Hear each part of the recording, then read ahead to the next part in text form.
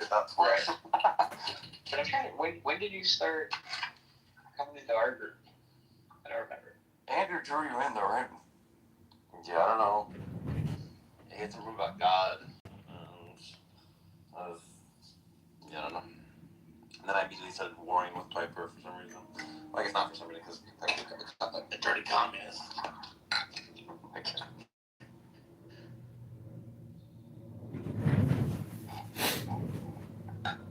Interesting.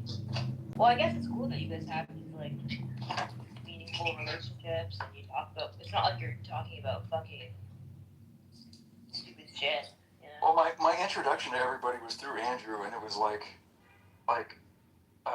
in the context of going into a coliseum. So now that everything's chilled down and chilled out and the dust has settled, it's like, oh, we're humans. That's right, I forgot. Yeah. So Andrew brought a lot of you together, huh? He brought me like the app. Yeah. Wow. What a weird character. I gotta warn you about, there's Sully on here and Piper, and they're really, really smart. Are you sure you're on here? It's just like, dude, relax. The heck? Yeah. He gave me like the Michael Bay trailer for Sully and Piper.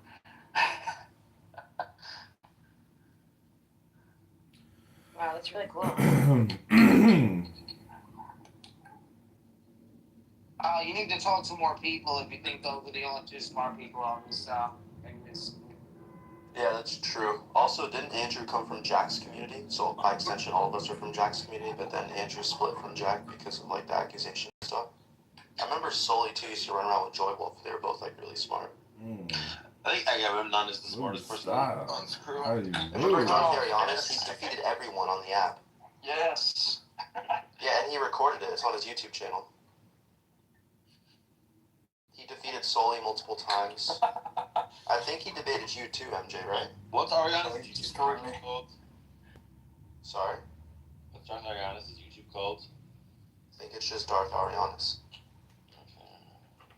Well, I subscribed to his channel, so I saw his posts, and he's just like these like paragraph-long screeds against Sully's intellect. I'm like, wow, this is like passionate. Bobby, do you agree with me that God is comprised of non-mereological parts? Yeah. What is a non-mereological part? Like a proper part? Okay. Do you think proper parts are mereological? Not all parts were.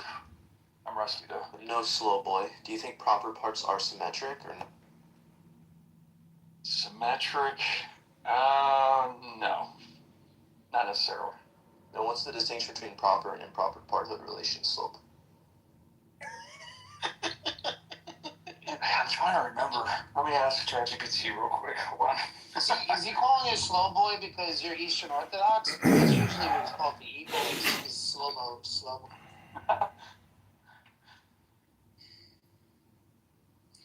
I don't see Darth Arianas' YouTube channels. Did he destroy his own channel?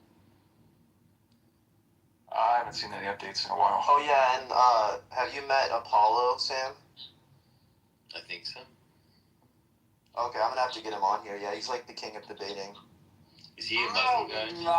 Oh my god. No. Yeah, he was like an anime debater, but he like destroys everyone. In the philosophy community on TikTok and Discord, he's sort of like the king right now. Yeah, that's because I got off of Discord. Oh, and proper parts and technical. Yeah, tell him to come here. Debate me on this. No, I was just trolling. Proper parts are numerically identical to the object or whatever. It's like, oh, but yeah. Improper parts aren't numerically identical. You blocked my path. I'm sorry. Or sorry, it's the other way around. Improper parts I apologize. are It's numerically your identical. call here, How dare you? I am London, you despicable melanoid slime one! Liar! Who do you think you're bullying? You bumped into me. It was your mistake. You were at fault. You want this to become my I know. Thank you. A very strange reaction. Not really. When he raised his hand, I saw that it was webbed. The sign of the Zaldin. But you became hostile. Zaldins are infuriated by cursing. They view it as a form of phony social behavior designed to cover true feelings. Congratulations, Mr. Crusher. You handled that particular incident very well. Was this incident deliberate? It's important to know how you candidates deal with other Yeah, I'd be happy species. to. Other species, and it was a test. Yes, not all tests are Get nice, that. though, We but should they get that appear going to be. one day. Doesn't matter. He's 5'2". Bobby is too intelligent for me. I can't handle him. Yeah, Chinadu's low IQ, but I'll dopamine Yeah, farm him. exactly. Dopamine farm.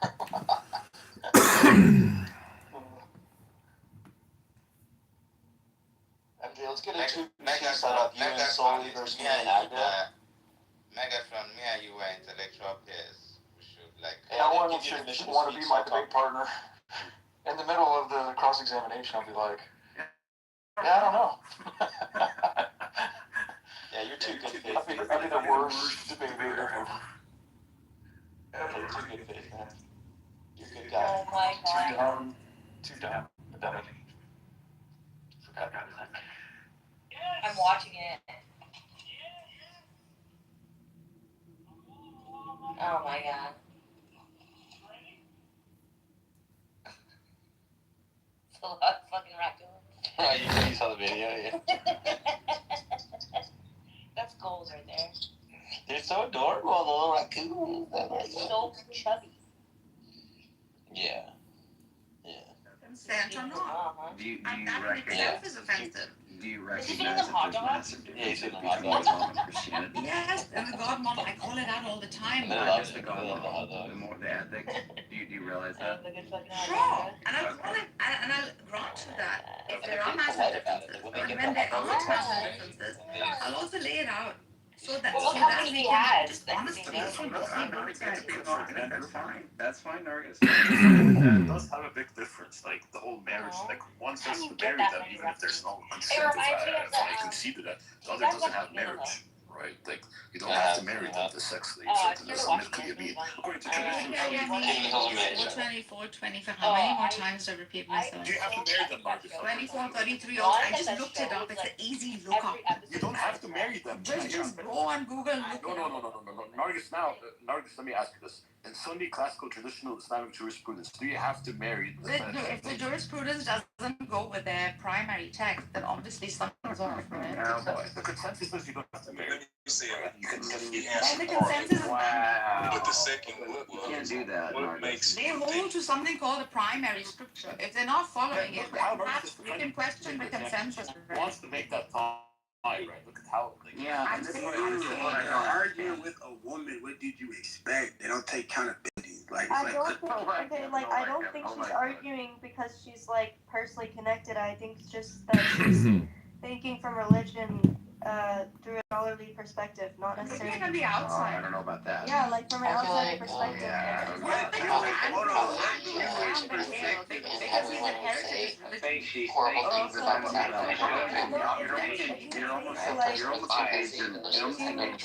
If you take like religious courses through your university, they're gonna be like anarchist. Like I'm not gonna. What does that mean? Okay. Like they're So gonna you're almost in. they're gonna think through a scholarly secular lens. Oh, I'm glad she's thinking through a scholarly secular lens. Okay, but anyway, I'm looking at it like it's a wall, and no understanding and she's not even secular. I am not biased like She's not secular. because I have no rat in the race She's and I not have secular. no ownership of either You religion. do, though, Nargis, you do. And look, it's not even, no, it's, look, first of all, she's not secular. Thank you, Therese. And secondly, I'm very much secular. Who the hell are you to tell me what I am? Who the hell are you telling me what I am? We'll In bring you fact, up, I was brother. going to point out that just hold on. So, to say He wants to tell me what I am. He doesn't that just these call what he are, doesn't to say say that these are, and you said I inherited a religion. It's okay. It's okay. Yes, you did. Okay, I have to and you're defend doing it. things too. It's okay. We can both call them out. It's okay. So here's the point. That's almost like you're engaged in a genetic fallacy there, by the way. It's kind of weird. But I'll just say this.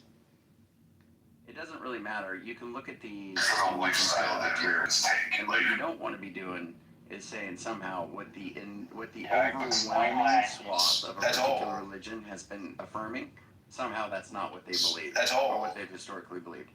If they historically believed that Muhammad, betrothed a 6-year-old and consummated at 9, you probably should say that's what Islam is held to. You don't want to do this thing where you try to modernize it and go, well, last however long recently, people have come up with different explanations. No, let's not do that.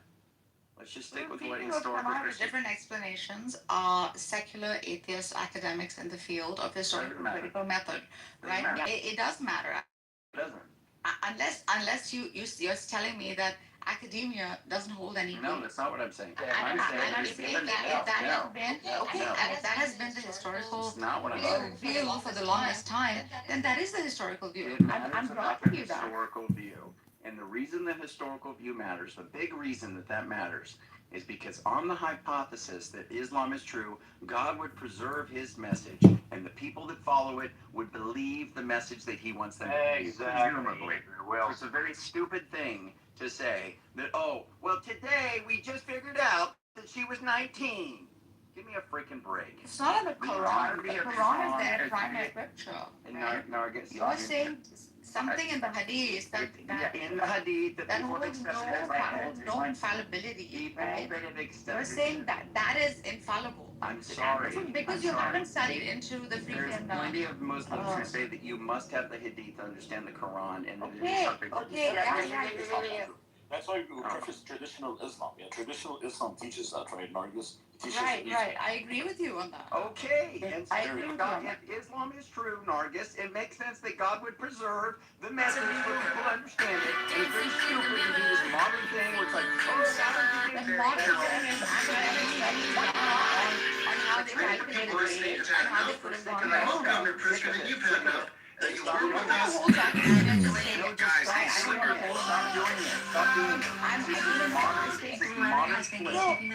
Half your stories in all three scriptures have mythological origins. I don't care about what your All point of is these now. have Now you're trying to make some other point where you're trying to bring all three. I don't care. They're all borrowed stories from myths that have Nargis, been that's what your recorded. claim is, and we can examine your claim, and it's false. That's not what I'm even My getting into claim right is now. false. Yeah, all three of them are borrowed from other stories. What are you talking They're about? all refurbished and repurposed. Even the story of parting the sea. Is that what you're going to provide the epic of Gilgamesh? Yes, I'm going to provide the evidence for you. There's a lot of academic work on I it. know what the parallelism for Not stupid. your scripture is not exclusive or new. Stupid. You did not invent the wheel, bro. These stories kept putting themselves in the Mesopotamian. What's the evidence In the Mesopotamian. Give me the evidence. Poseidon and Poseidon. That's where all three stories come from, right? Christianity borrows from Poseidon. If you don't read, I don't think you know. No, Nargis, don't tell me I'll give you the names of architects. All you're doing is trying to done studies on myths and legends. I got you. What you're trying to myths do, and legends keep getting what you're trying to do is you're always trying to take over this. time in the history of mankind, where they have. Where's Poseidon at? Where's Christianity take from Poseidon? Over and over again. You're just talking. Right? No, I'm not talking. I'm just indulging academics a little where bit. Christianity takes from Poseidon. Please show me that. Go ahead. Poseidon is the lord of the sea. Oh, the law of the sea. He allows for Orion to come out the sea and walk on it. Yeah, and walk on the law of the sea. Right? Yeah. So these stories existed. Yeah, that's retarded. A little bit. Yeah, and you have Moses in it. Embodied down syndrome right there. Yeah, the law of the sea. Oh my God. He's the god of the sea, bro. Jesus walked on water, and the water is like the law, and the sea from Poseidon is the god. Yeah, God of the Poseidon water of the sea. He grants his son Orion to walk on water. Yeah. You have myths like Mahabharata. Let me throw up real quick. I'll be right back. A lot of them, the gods blow through the sea parts. And then the archetype will Nargis is onto something here. Yeah, I'm going to move you down. It's not what I'm saying, bro. It's what academia is saying. Yeah, I'm it's not when making I it don't up. care. Look. Yeah, academia says all kinds of things like God doesn't exist and blah blah blah blah blah. So you can go ahead and appeal to academia. I want to hear the reasons. You tried to do this pot shot and say, oh, you don't read because I Myths and legends have existed because from I time do immemorial in Well, the history of which mankind. scholars are you citing for this then? Because I have not From heard the little comparison of my side. Nikolai Sinai. Okay. Oh my gosh. And There's a huge list of mythicists actually. Yeah, a mythicist. Are they classical historians? Or are they like New Testament scholars? Like, what's their specialization? They are historians. There we go. They are academic historians Okay. who work with historical criticalness. Side. Okay. And That's fine. I'm not disputing that there are people. in your back channel if you want to look through it. I'm not disputing there are critical people who say that. I just don't think this. It's not like this is a consensus position. It may be something that something like Dennis McDonald has. I think some views of that. Of course, Dennis It's going to be McDonald a gets sort of up there considered a and flanks fringe all this position. garbage on. They're using a very strong critical method to The problem I analyze have is you're not saying this. Yeah, but hold on, Andrew, hold on. But a lot of it acknowledges too is that there's not really a causal connection because like first century Judaism was very much averse to a lot of sort of the pagan tropes, so they would not have like taken that very well. I'm not saying that there's not any What belief he's over it. saying, these stories were always running through like the human psyche, right? From the Mesopotamian, Egyptian, Hindu, Vedic, like these have been great stories teaching us, giving us morals and stuff like that. So it would only be natural that since trade existed, people traveled. These stories, like through some kind of Chinese whispers, travel from generation to generation, geography to geography. These would just be refurbished, repurposed by the archetype, such that it would hold some moral value for the people of the time, right? And when they were told, it actually benefited and created a sense of well-being for the collective, right? Because that is exactly what the archetype always intended for his people, to create a society in which there was peace, productivity, and some moral value. That's how the academics see it. I'm not denying that there was certainly like interconnection between religions and trade, but I don't think that the causal relationship between like first century Christianity and paganism is that strong. I mean, if anything, I think most scholars now would hold to it being more not ripping off, embellished by Judaism, right? Like Jesus does lots of miracles that are reminiscent of what like Elijah and Elisha and Moses do in the Old Testament. I think that connection is there. I don't really think the gospel authors had in mind Jesus replicating like Dionysus or Poseidon. Much of monotheism is built on pagan principles. Yeah, notice. You're kind of getting like five things removed now. You're saying, Can I contribute? based on Zoroastrianism, based on monotheism, like it's like you have to make. It's like, okay, you're going to say, well, from Judaism, and Judaism is from Zoroastrianism. Zoroastrianism is based off of like from ancient Egyptian myth. Because but that's fine, but that still doesn't mean that they have like that in mind. Like, I don't know if most Jews had. I don't know if most Jews would be able to see that. She's not a scholar.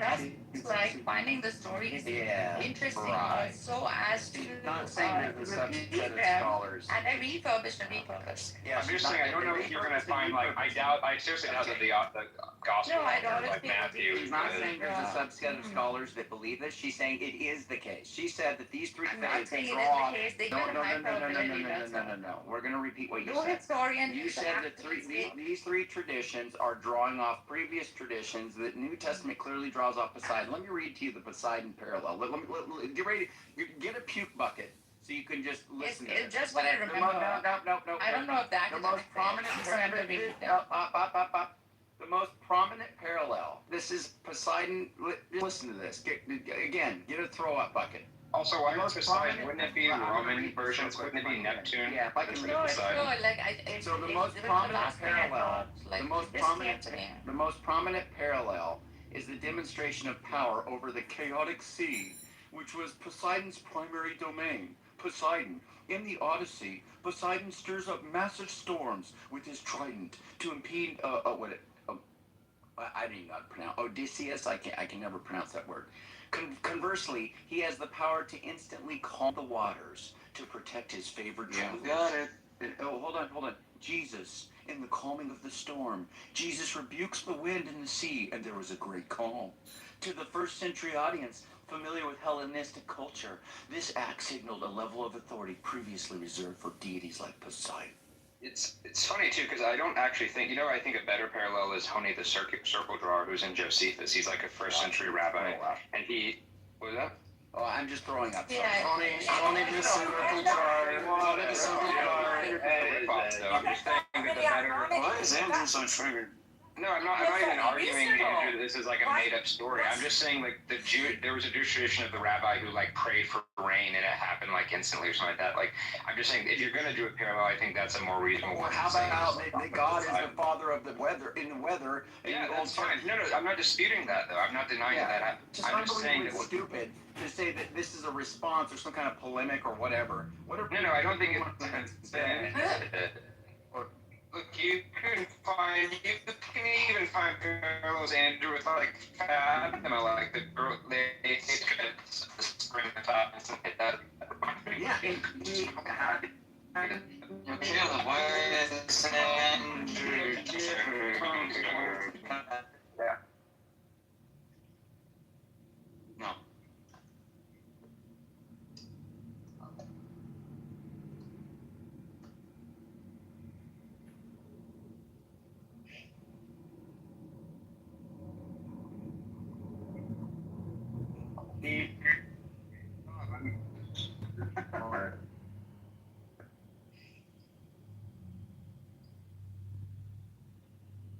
Point, that's how that story got developed in response to an earlier one, right? So you're both kind of right. Can we just stop being so stupid about Thank you. Can we just be anthropologists for a second and actually do this correctly? Thank you for that. All I'm saying is Andrew does not say anything about the history of the case either. It can be the case that there can be parallels and also that really happened. Yes, what's up? They're not mutually exclusive. What's up? Who took the jam out of your donut? Yeah, I'm sorry. This stuff. No, I'm saying, why are you so? Are you not listening? What are people saying? No, I just put my headphones back on. Okay, yeah, because Nargis is up here doing her nonsense. She's trying to sit here. She's cucking for Islam while saying she's not. Then she's trying to say the three traditions all draw off some narrative that are clearly mythological and they're just blah blah blah blah blah. I'm like, okay, well, give me an example. Check the New Testament with Poseidon, and then I read what is being said between Poseidon, although for some reason Frenchie thinks this is reasonable.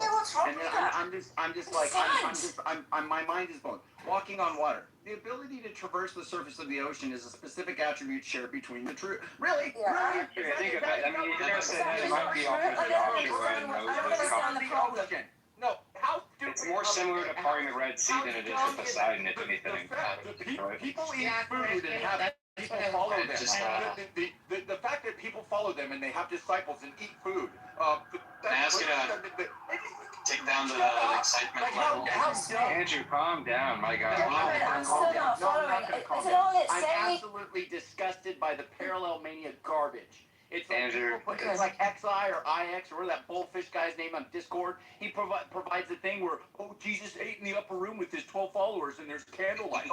There was upper room and these people were eating and there's people were following him. Oh yeah! Oh, that's a brilliant ripoff of that. Unbelievable. It's not mutually exclusive. You can have both. Unbelievably retarded. It doesn't mean that they're mutually exclusive. You can have it actually happen historically. Caleb, if I say that 4 people walked with me and I went and we there was a jousting sword fight. Okay, yeah. 4 people followed him and these 2 people were on horses and killed each other. Oh, look at that aura! Oh, my God!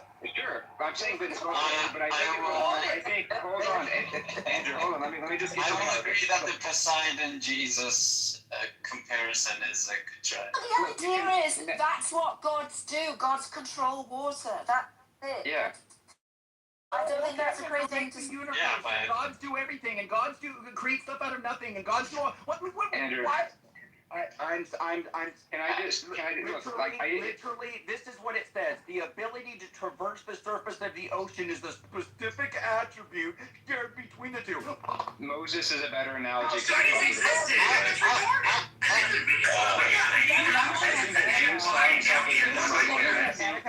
Matthew has Jesus is the new Moses all over the gospel. I don't think that's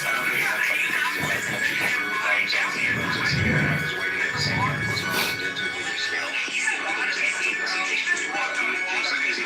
There was a. That's fine. I'm not disputing that. I'm just. Yes. I'm just saying Jesus goes out of his way to intentionally do the same things as the prophets. They're just like John the Baptist right? By putting on the hair and doing some of the same things and saying some of the same things. There's nothing wrong with that. I think Jesus went out of his way to do a lot of the same There's miracles. nothing wrong with that. The larger point that she's making, okay, which I'm not even saying that there's not some strands or strains or things that have happened historically that are copied or copied, all right, in certain aspects of different traditions in the Old Testament and New. I'm not saying that, okay? What I'm saying is that she then concludes, oh, well, these are just all mythological. They're just making this up and they're drawing off of these different traditions, which is what she was saying at the beginning. I find that to be retarded. And Naga says all kinds of fucking nonsense. Yeah. Well, hold on. Yeah, No, it's do better. Academia uses historical critical method. She says all kind of. Bob, what is wrong with you?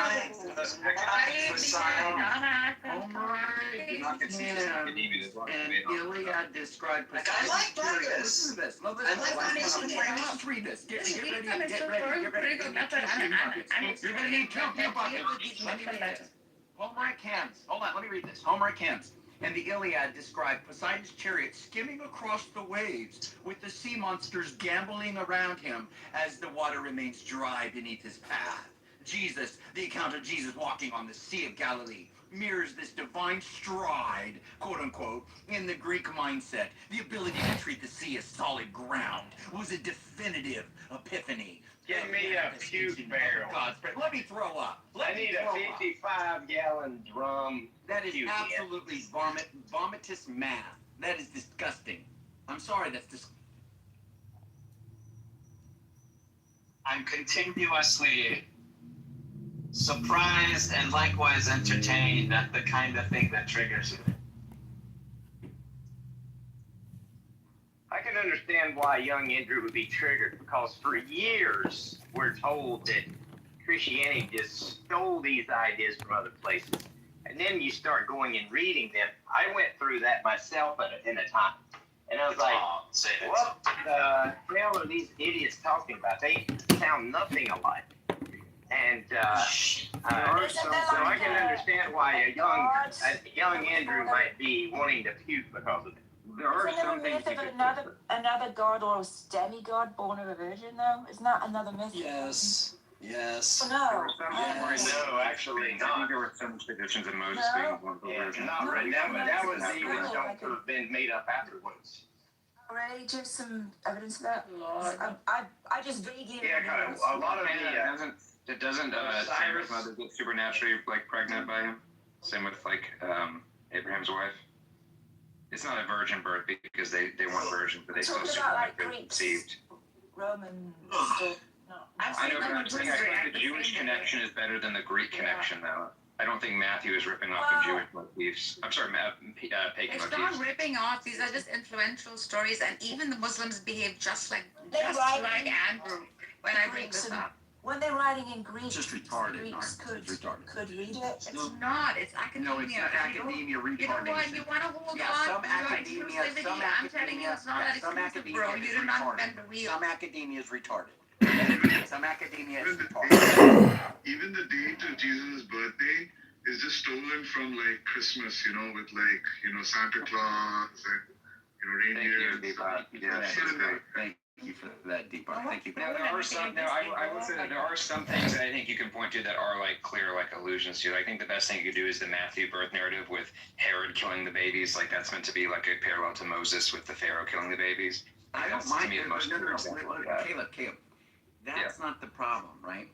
Because obviously, from traditional Christian view, the whole text is supernatural, and there's typology and prefiguring going on that God orchestrated from the history of the creation of everything, right? From the creation of the universe. He already orchestrated that. So that's not going to be an issue. But when you start doing this thing where you're like, well, look at these different parallels from all these different Osiris and he had 12 followers and he was born of a virgin, and you see it's like a rib was planted in somebody's forehead, and this is absolutely garbage. Also, Osiris was literally, we have to give his mom having sex. He was not born of a virgin. She actually had sex with her husband's severed penis. It was that just sounds just pathetic. That's just like if you guys didn't name names, I would have thought that was the gospel. I don't see a difference. Yeah, It's actually quite a... and have sex with Give me and Andrew I would have give us some more puke barrels. We feel that. It's true, it's funny how unlike the pagan ones... I don't even need to tell people the gospel. I can just tell them the story of Osiris, and that can get them born again because they're so common. And Andrew, so it's funny because in the Gospels, it's actually much more subtle, right? Like in these Greek myths, it's usually this really explicit, like overly sexualized thing with like them having sex with the gods. Whereas in the Gospels, it's actually very just nuanced. Of just she gets pregnant. Like there's no like vulgar descriptions like you have in like exactly. or something. Yeah. No, but then you read this thing. Did you guys hear this? Oh, and he was baptized. I love how the people that do the parallels. The way they are so vague, and the ones that are more honest, they have to zoom out super coarse grain to make it even somewhat comparable. But like if they get usually they'll get too specific, they just make it dishonest. They'll be like, well, he had 12 followers, and he was born of a virgin, and he had a resurrection, and he saved the world, or some stupid I'm sorry. You get together. When you put these things side by side and you just read the comparisons, it is the most retarded. The best they have is maybe Osiris. Maybe. It is absolutely retarded. This is such a retarded argument that I developed what I call the Isaiah 53 words mean words problem for atheists. Because basically the approach they take to these the approach they take to these other myths, they should be willing to acknowledge that Jesus ripped off Isaiah 53. But they're not willing to say that. They're willing to say Isaiah 53 about the suffering servant in the nation of Israel, even though it's a dying and rising Savior and all this and that. So I point out to the low-hanging fruit atheists who will make these arguments about the myths and say, well, why don't you hold the same standard to Isaiah 53? And they'll be like, because it's clearly not about Jesus. And I was like, wait a second, it's a dying and rising Savior, it's suffering, all of this and that. Why is it? And the only reason why is they're inconsistent. But this argument that you're talking about, I think it's a good argument, but this argument that you're talking about here gave me the Isaiah 53 words mean words problem, because they'll want to say this about these other myths, but they don't want to say it about Isaiah. Matt, do you agree though that Isaiah 53 says, hold on, but Matt, does the figure in Isaiah 53 have children? No. Does it mention that he has offspring that will live on after him? Yes. Right. And you agree? Which means it would have to be, and it says his death with the rich man in his death and stuff like this. So it would obviously, we can reasonably infer here, oh, here you have a dying and rising Savior. But they don't want to say this. And no, this is about axioms. Any chief axioms. Well, I don't disagree with Yoni. I think that men use conversation to peacock. I think it's really important. Just for men. I know. I've heard your theory. Women. What's the theory? This is new. This is off the charts, my dude. What are you talking about?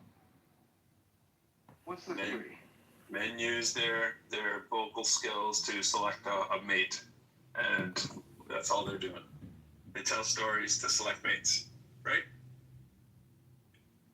Peacocking, yeah. I think that men offer their intellectual wares, and women cruise by and decide whose brain is well attached and whose brain is sort of half disconnected and malformed.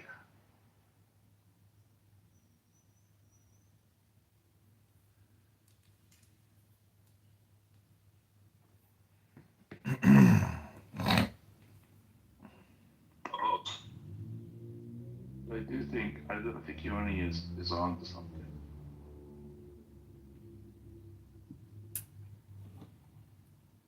Jesus, right? Do you see it? I really get upset. Absolutely, and the times I really get upset is when these people, they go on to say things like, the live action version of The Little Mermaid was the once and famous Alistair Crowley. cartoon version, right? Because like every pixel, like the original one had like pixels when it was animated, and like I see Monica's not here. No, you understand the story is in the Bible, so such they have great narrative foreshadowing. Any fucking Christopher Nolan script has much better narrative, sophisticated foreshadowing than the fucking Bible. Whoa. Hey, there's some any of them. Back to the Future had better foreshadowing. Fucking Fight Club had better foreshadowing. Memento had better foreshadowing. All of these movies do it much better. Monica and I agree on some things, and then we disagree on some things. I think Monica thinks that the Republicans should win. And I think that the Democrats need to fix themselves so that the Republicans can lose. Sorry, that was loud. There's a bit of overlap in that. Here comes the once famous Alistair Crowley. What's up, Alistair Crowley? Good morning. Well, it hasn't been that long. Hasn't been that long. No. What is the main thing here? Well, Trump derangement syndrome is real, and it actually, if you like philosophy, those are the things you're concerned about, and so how do you apply the teachings of various philosophies to your Trump derangement syndrome? It makes you realize just how you're hyperpolarized and hyperpolitical. That's really all TDS is.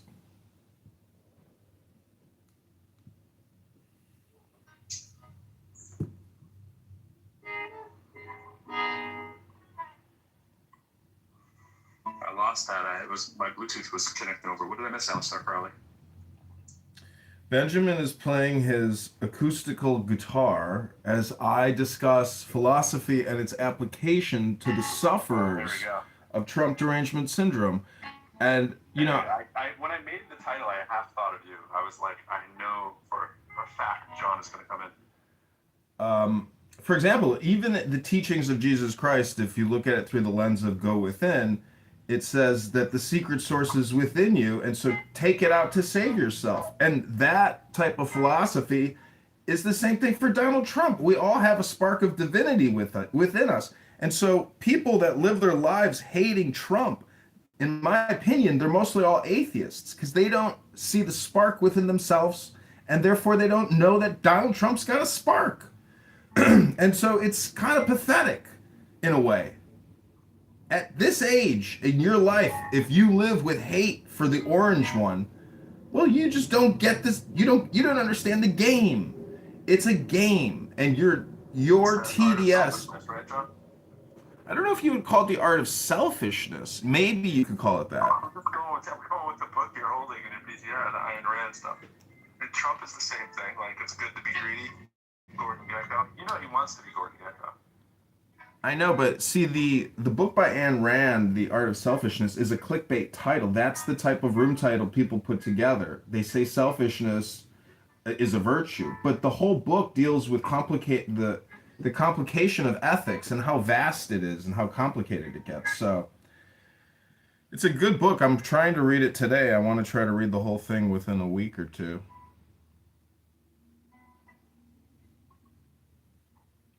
You have terrible TDS, and your rooms are TDS incubators. If you were a venture capitalist, you'd be a TDS millionaire at this point.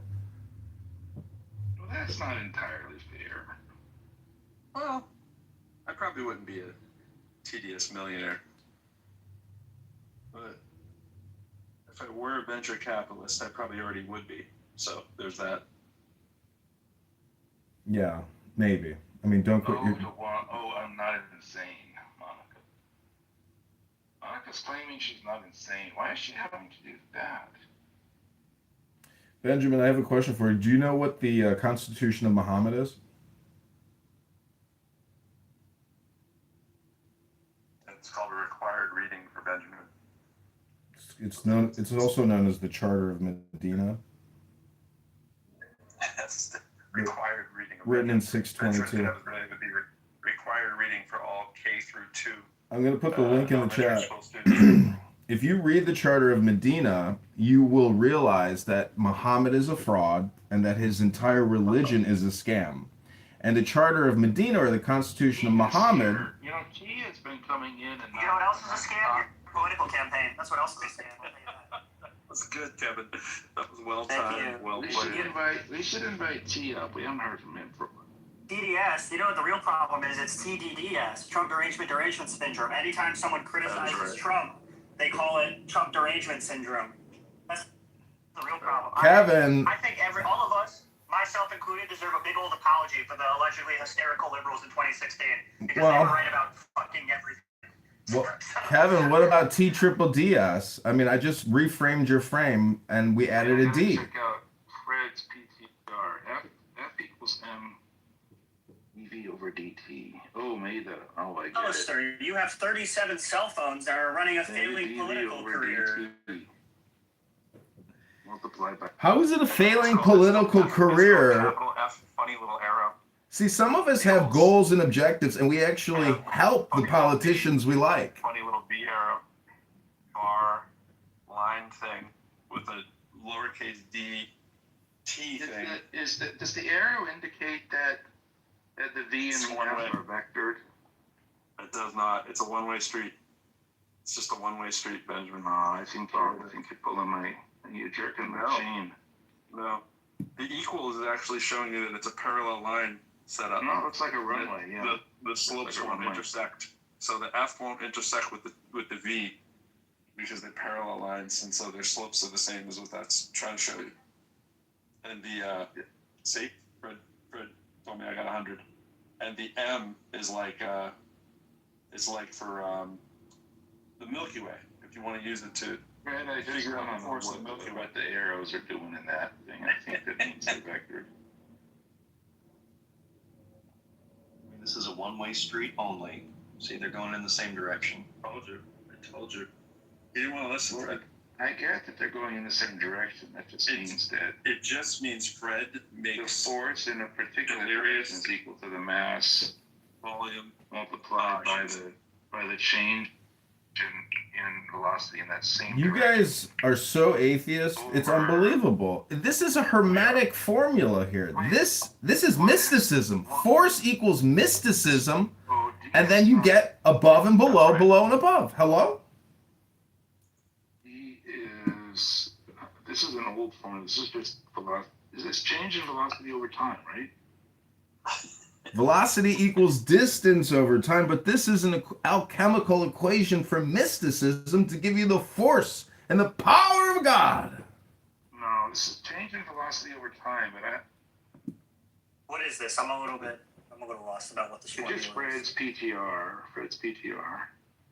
What does it I mean, mean? it says, may the force be with you, right? That's ultimately how it parses out. And instead of force, he's got the mathematical formula for force. Oh, that's So I think that's takes some time to absorb it. Flora is here. I haven't heard Flora's voice in a long time. Often voted as one of the most easy listening voices on Clubhouse. So you should do a head-to-head compared Pro's voice, Flora's voice, and have a vote. We should put the vote at the top of the room.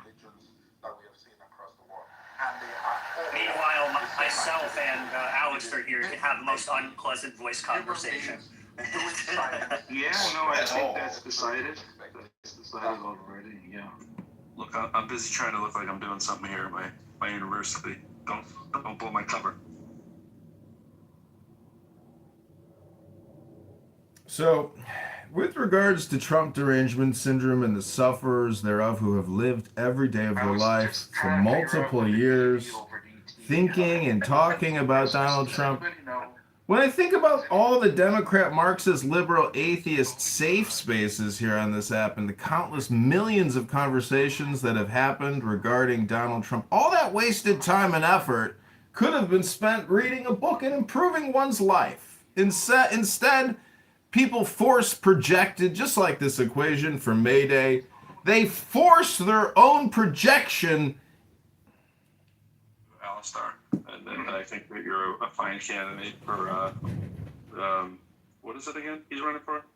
Selectman, counselor, Congress.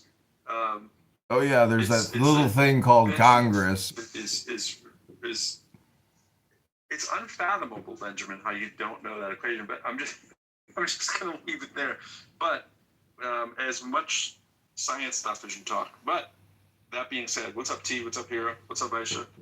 I do love when John's in the room. I think it would be great to have a little soliloquy from him because he was just feeling the need to talk over here and he wasn't getting his attention. Somebody was talking. No, I had the meaning right. I just was trying to work out, like, how did the D's get in there? It's all about the D. You know what I'm saying? And just not sure what the D's. That's what she said. D's are doing. That's what she said, Benjamin. You've never seen the equation that said like D over DT, like oh ever? Man, the DV over DT is so I common and old. It goes back forever. I'm just doing a little bit of remedial here. That's cool, bro. I'd rather have that Where did the D come in? You don't know? You're not telling me? You're holding back? The bug red dye is like not a concern to me. What about the vanilla? Well, they stopped doing that a long time ago. Yeah. They got rid of that a long time. Real vanilla is like very expensive, but it's so good. I would eat the best. vanilla though. Yeah, I think the red dye, when they grind what would be like the equivalent of the bug's anal gland, it like releases this red sort of, it's not blood, but it's like another like bile, and that's what the red. I don't think it's the anal gland, it's just the whole bug. Yeah, I think they dry it out. Just kidding.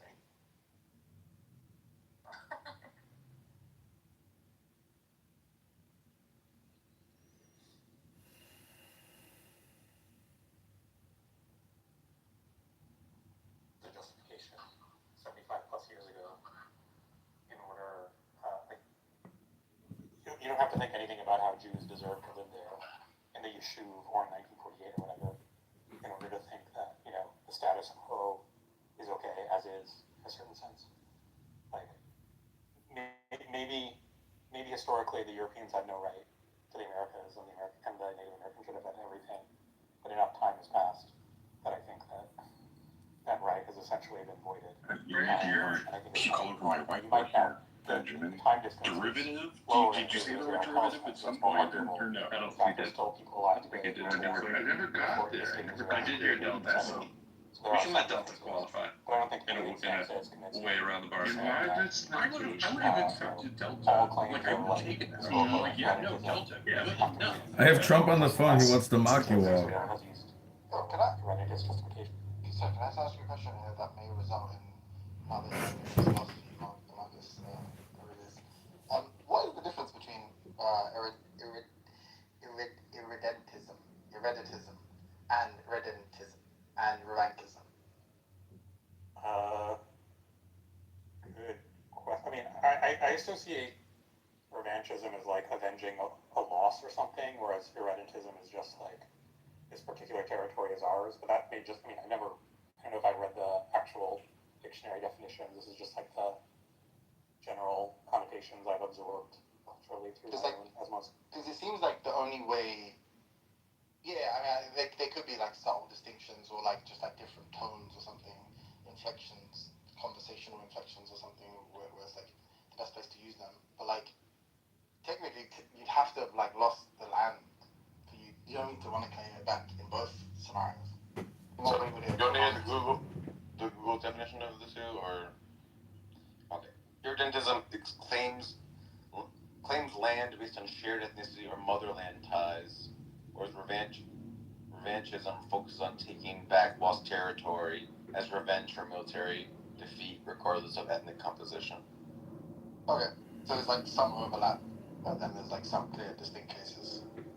So irredentism is like when Russia tries to take Ukraine because of the idea that it's their ethnic land, whereas I guess Israel taking like Sinai would be like revanchism because it's like during a war. Hold on. No. Taking back lost territory as revenge for defeats. Yeah. Taking back lost territory as revenge for military defeat. It'd be like Alsace Lorraine. The paradigm case is Hitler. Post-Treaty of Versailles, the land that was taken back. Sorry, the land that was taken from Germany, they reconquered. And that was seen as like this relentless, whatever, pursuit. Alright, you live to fight another day, Mark. But he still never is gonna live down the Gariel versus Cayman blunder, the famous blunder. I mean, your claim about which one is the Gariel, like, that was yet to be confirmed. I could still, you're right. How about Mark not knowing that there were salt Dornish? And you mixed up House Blackwood and House Bracken. Yeah, that never happened. And you claimed that they had house words. That never happened. Fucking people don't make mistakes. I feel like it's worse for you, Meredith, because that is your thing. Like Mark is proven to be a jack of all trades, so we can kind of forgive him like one or two missteps. But like you, like you're the guy. Like. Somebody move Timothy down, please.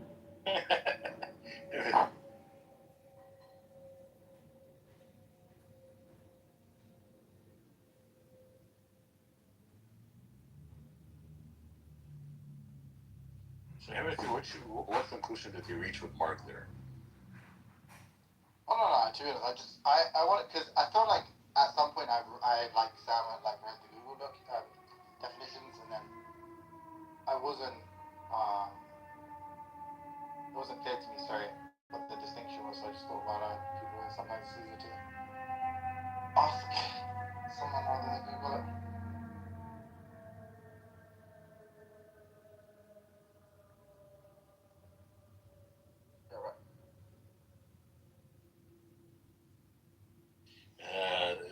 Beef, what's the title about? Man or bear? Alright, so if you were a woman and you were going to be teleported to the woods, and it's either a man on the other side or a bear, which do you choose? What woman on stage are you asking? How many women have chosen a bear? There's a fair number of women choose bear. Interesting. Yeah, I mean, I would, man, I think it's pretty, but I think there's a trick there or something, right? There's not really a trick. The only trick that I would say is that if the bear was a panda bear, you probably should choose panda. But, like, I think you should, in general, if you don't know what kind of bear, you should go with man. I thought everyone would have chosen that. I think a lot of feminist women want to signal so strongly that they hate men and think that they're vile, that they will say stupid stuff like bears are safer than men. You know, like, even though like very clearly it's very dangerous. A bear is a very dangerous animal. It's like literally a predator. Will literally eat you.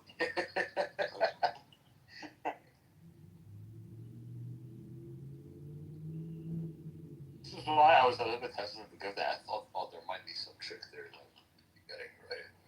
I mean, for me, it just feels obvious in a way. Like, can it be argued that for a bear? Like, can someone make that argument?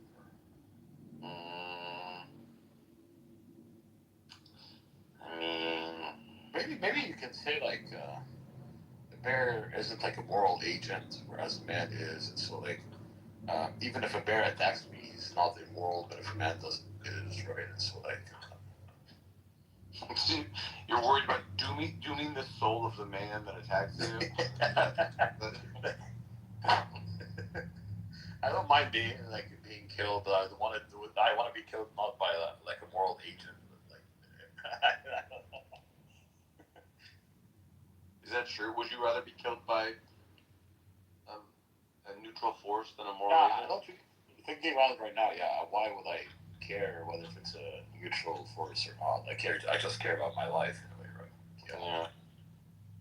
I think the level of pain involved, you might care about that. Yeah. Bears will just start eating you while you're alive. They're not like certain animals will just bite your neck. Bears are not like that.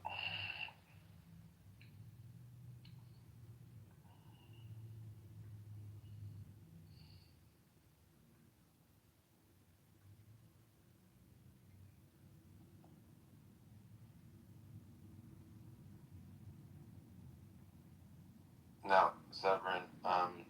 It says in the Bible that it's a great sin to have sex with a man, but it never says it's a great sin to have sex with a bear. So, if you're being on the safe side, it's like you should have sex with the bear rather than have sex with the man. If you're a man. Yeah, maybe, actually, yeah, that's a. You could make a point there, right? Maybe. Yeah, I feel like I'm right that the Bible never explicitly says no bestiality. I think it just assumes that no one would want to do that. But maybe I'm wrong about that. I think I'm not sure if there isn't like in the Old Testament some law that talks about bestiality, or the New Testament mentions that. I think that there are like church fathers who mention, I think, this bestiality, whether it's a sin or not.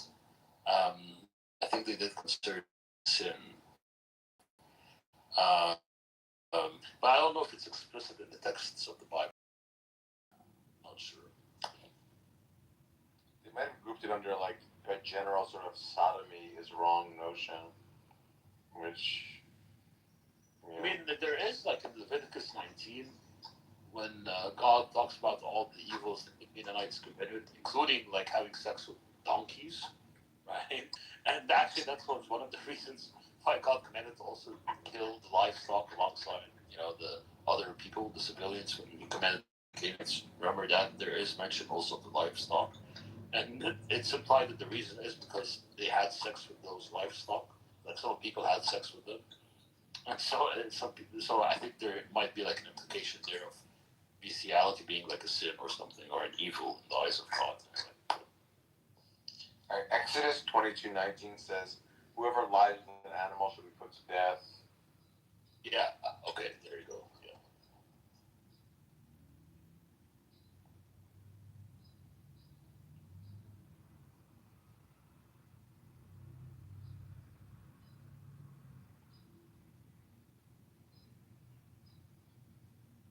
Are you like more of an ass guy or like a titty guy?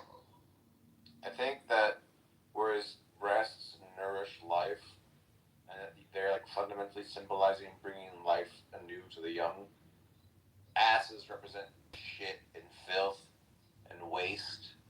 So because of my fundamentally orientation towards civilization, I'm a tit guy. Really? So you came, like, when you were born out of cycle of generation and regeneration, called birth, like, you came out of your mama's titties, or, like, came more? Well, I didn't come out of her ass. I mean, like, you didn't. That was a very, very good point, World. You really got him there. Like, you pretty much came out of her ass. Like, okay, maybe like a couple inches from her ass. Never mind. But I like your argument. I'm gonna steal it.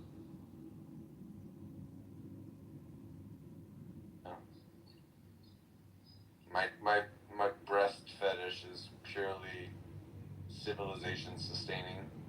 It's nothing to do with aesthetics.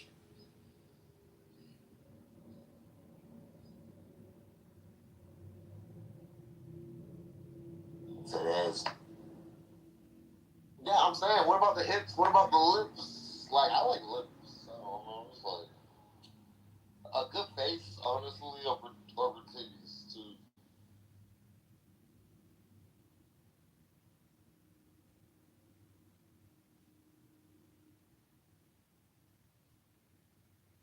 Sam, do you think that there are any good arguments for the existence of God? Yeah, just consciousness. That's pretty much it. That's about it, right? Or something. Yeah. Maybe like some sort of idea that like a first cause type thing. I don't know. That there had to be a necessary being or something. I'm not saying they succeed, but they're at least like you gotta consider them as like worth considering. Like there is a necessary being, and it's everything. Yeah, I believe so. Yeah. I mean, what about like you don't think like these theological arguments are any good, right, Sam? No, I think the design, theology for life is bad. I think all of them are bad. I guess. Yeah.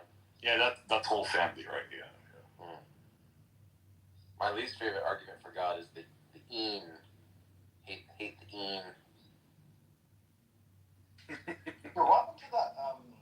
Does that kid still come around who used to run that argument? I haven't seen him. The bucket hat or something. Yeah, I haven't seen him. What about the argument for miracles? Like Ethan runs like these. You would say it, no, like. For sure, if miracles were real, that would be a great argument. I guess the question is just how credible are these things? Right. Wait, is he one on that podcast show? In what podcast? Have you seen? Well, the one you told me about. The one he needs a suit for. Oh yeah, I think it's so like next week he's gonna hop on there. Yeah. On Pints with Aquinas, right? That was the whole like fundraiser thing to get to the Did you hear about that? So he raised the guy, the Capturing Christianity guy. He started a GoFundMe for Ethan to get like a suit, and the amount they needed to raise was like 1,000 or something, and it doubled it. They raised double the amount they required in like half the time or something.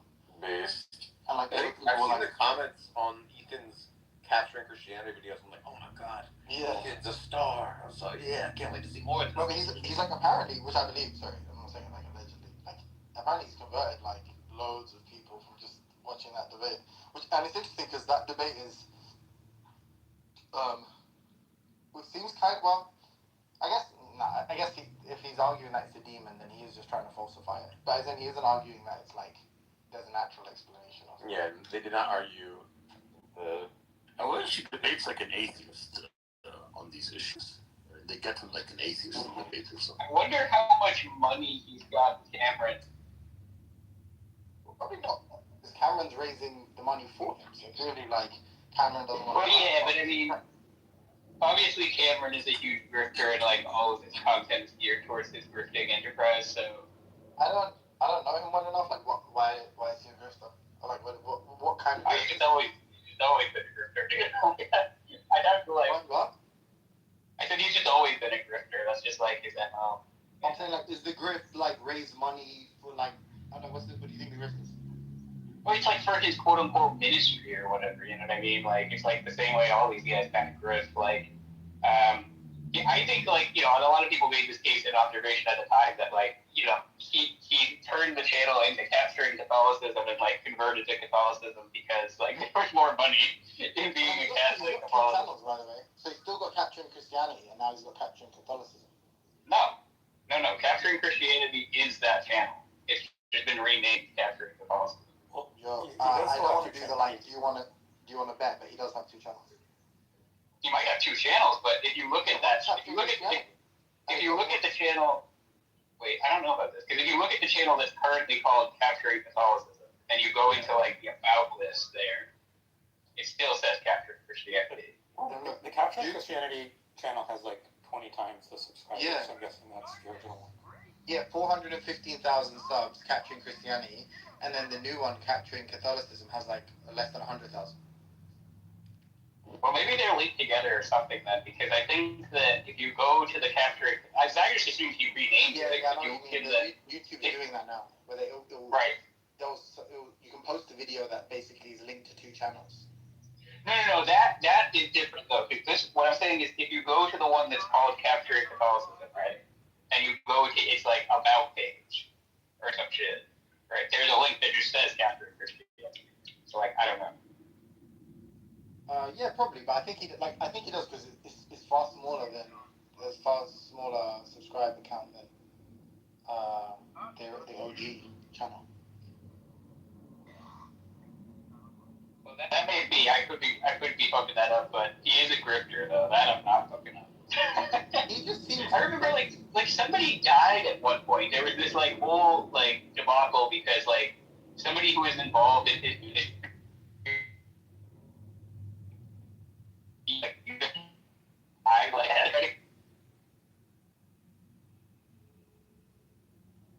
You're in the Matrix. Oh, sorry. Did you hear what I said? I was saying like there was a time where like one of his like, yeah, it was like one of his like main contributors like died, and he basically was like, now that this person died, we're like taking a huge hit. We really need you guys to like step up to fucking replace the contributions from this guy who died. You know, kind of. Yeah, that's intense. Also, has Nero spoken? He has not spoken much this time. Daniel's been a bit of a ghost lately. I don't know what's up with that. Nero. Nero's ghost.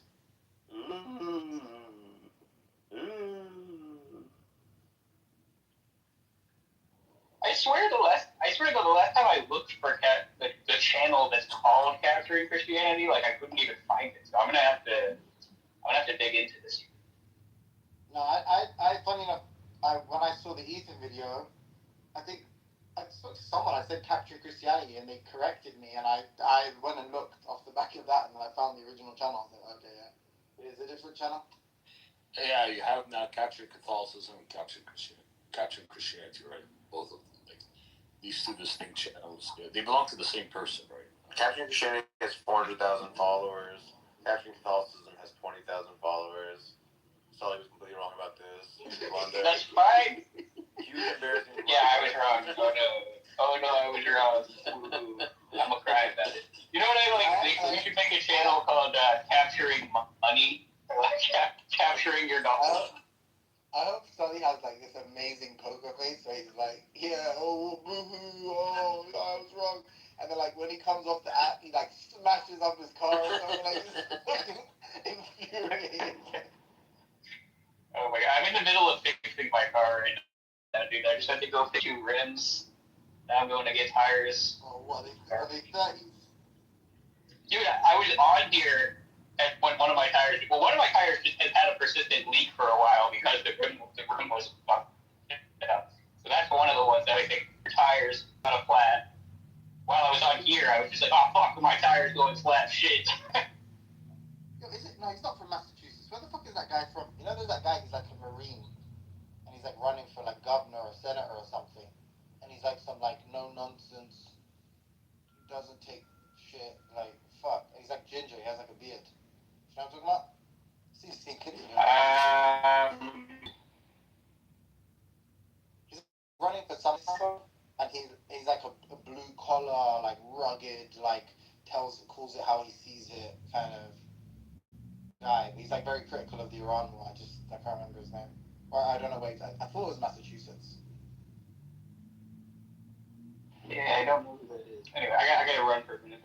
You're talking about a movie Timothy, or No, it's some guy who's running for some. Oh, I think you know Dan Crenshaw, stuff like that, right? Let me check. Say Dan Crenshaw. Yeah, I think that's the guy. What, you talking about the Texan? Oh, no. I know that guy. No. That guy, he's in office already. Yeah. Oh, the one. There's the guy who's campaigning currently, but I just don't know for where.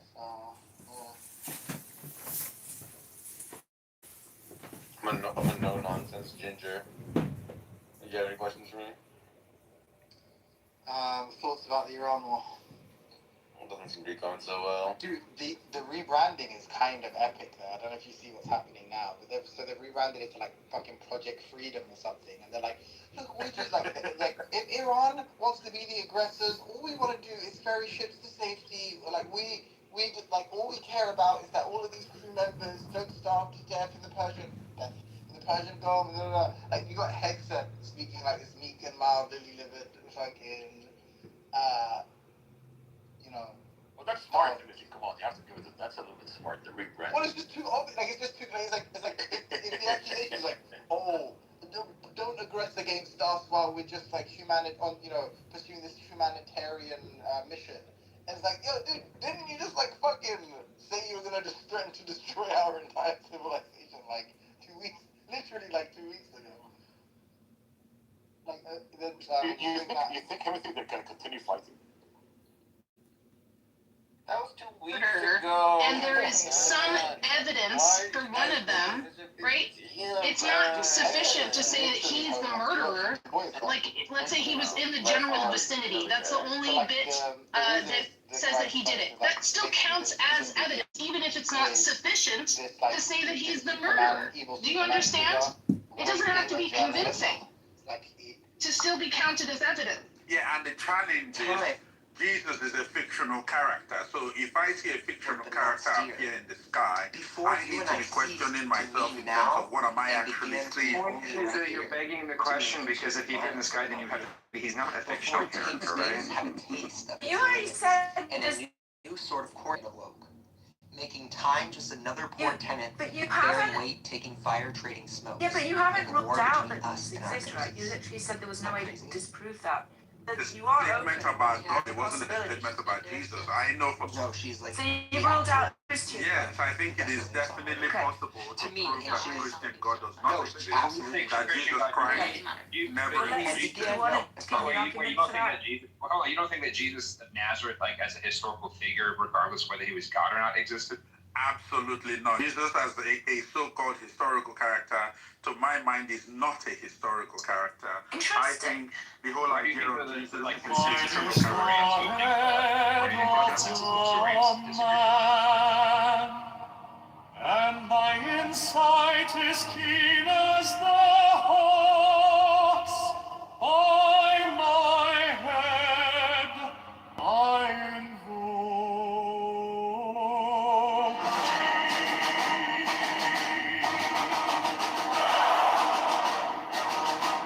I am the only begotten child of my father and mother. My father is dead. My mother bore me with labor and pain and fear. By my body I invoke thee. About me shine the diamonds of radiance, light and pure. By their brightness I invoke thee. Mine is the red triangle, reverse the sign given on the sacred deed of thee, O Lord. By the Lamb I invoke thee. Mine is the garment of white, sword with gold, the flashing of light that I wear. By my robe I invoke.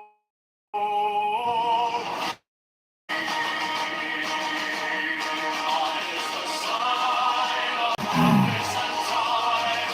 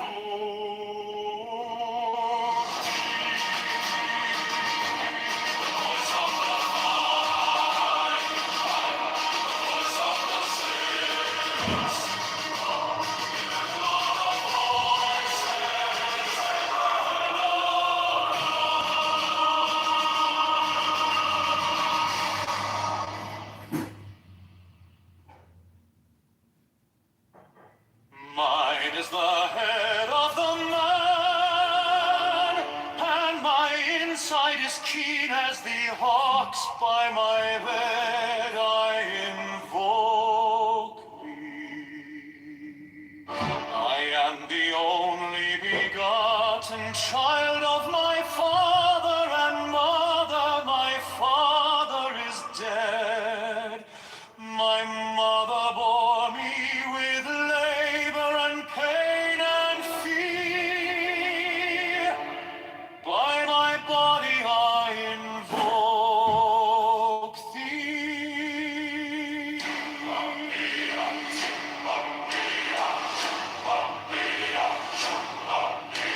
About me shine the diamonds of radiance, white and pure. My brightness I invoke thee. Mine is the red triangle, reverse the sign given of none, save it thee, O Lord. By the Lamed I invoke thee. Mine is the garment of white, sewn with gold, the flashing of day that I wear. By my robe I invoke thee. Mine is the sign of a prophet and Typhoon. By the sign I invoke thee. Mine is the turban of white and gold, and mine the blue vigor of the entire. By my crown I invoke thee. My fingers tremble on the beat of pearl, so run I after thee in thy car of glory. By my fingers I invoke thee. I bear the wand of double power in the voice of the Master.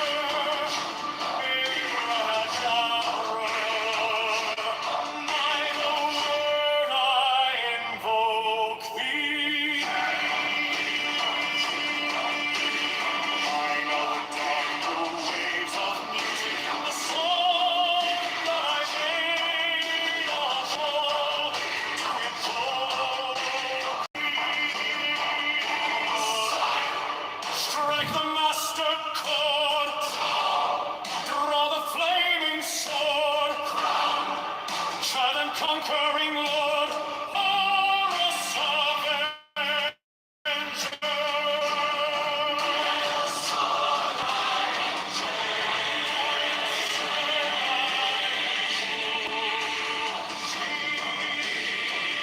In my hand is thy sword of revenge, that striketh thy cheek.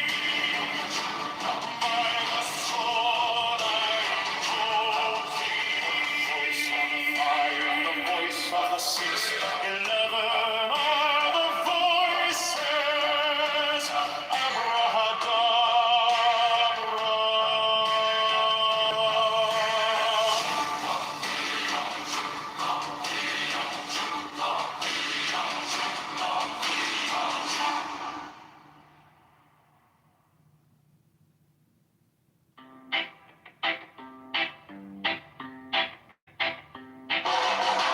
What do we mean? Mine is the head of the man, and my insight is keen as the hawks. By my head I invoke it. I am the only begotten child of my father and mother. My father is dead. My mother bore me with labor and pain and fear. By my body I invoke thee.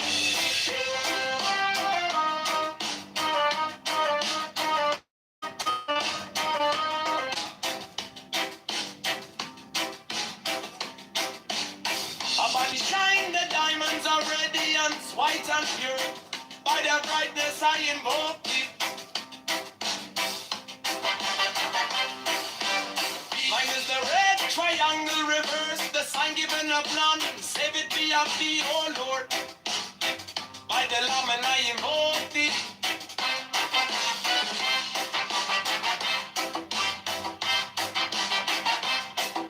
Free mine is the garment of white, sewn with gold. The flashing of eye that I wear by my robe, I invoke thee. Kill mine is the sign of abyss and typhon. By the sign I invoke thee.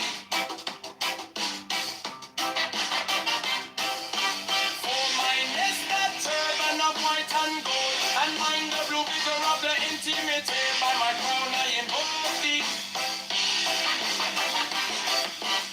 My fingers travel on the beads of pearl, so run I after thee in thy car of glory.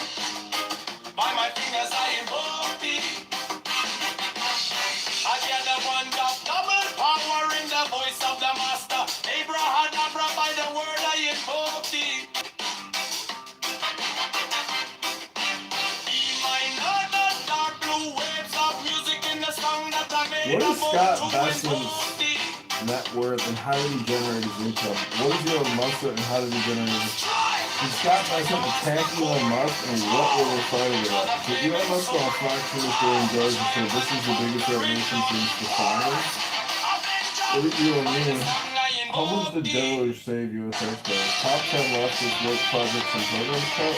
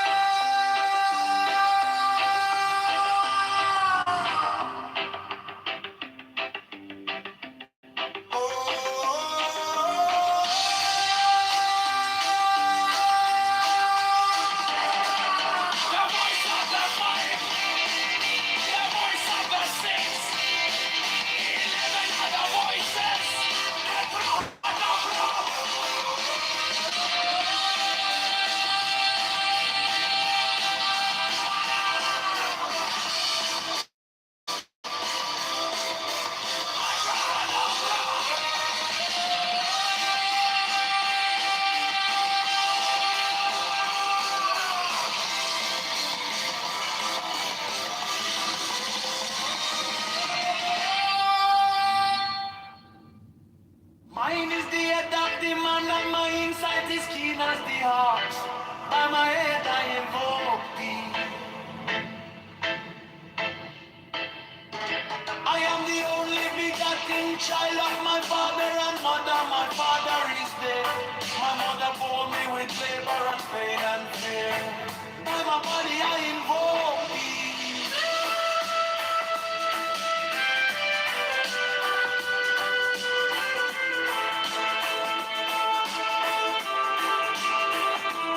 Around me shine the diamonds of radiance, white and pure. By the brightness I invoke thee.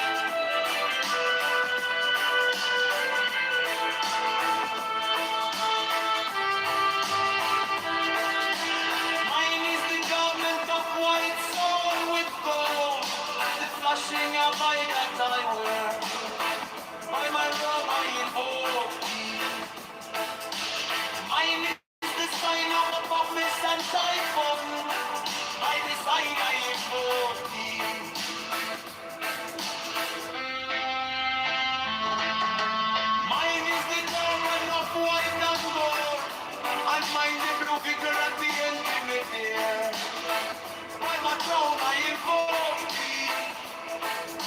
My fingers travel on the beats of pearl, so run I after thee in thy car of glory.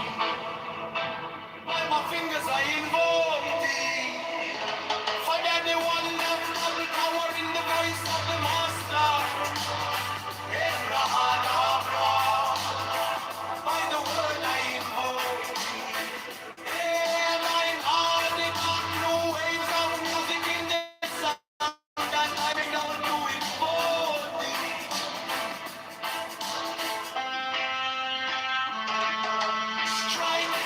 Strike the master chord, strike the flaming sword, round, child and conquering Lord, our Lord, our God, by the sword I invoke thee.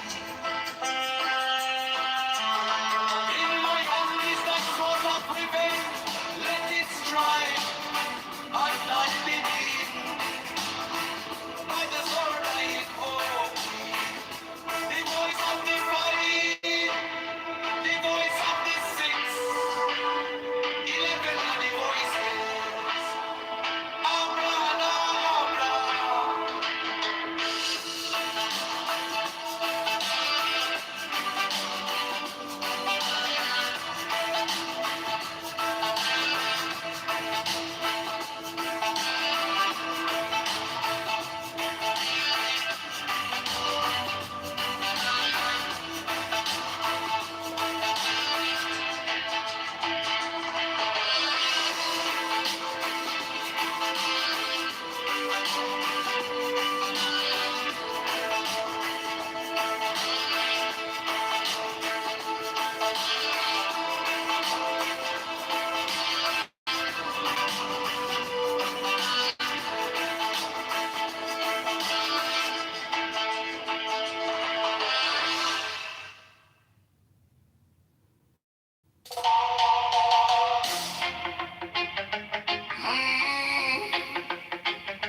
Mine is the head of the man, and my insight is keen as the ox. By my head I invoke thee. I am the only begotten child of my father and mother. My father is dead. My mother bore me with labor and pain and fear. By my body I invoke thee. About me shine the diamonds of radiance, white and pure by their brightness. I invoke thee. Mine is the red triangle reverse, the sign given of none save it be of thee. Oh Lord, by the layman, I invoke thee. Mine is the garment of white, so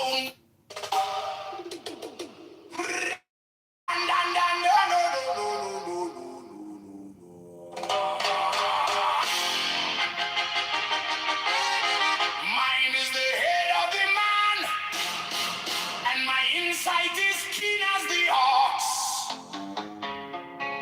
By my head I invoke thee.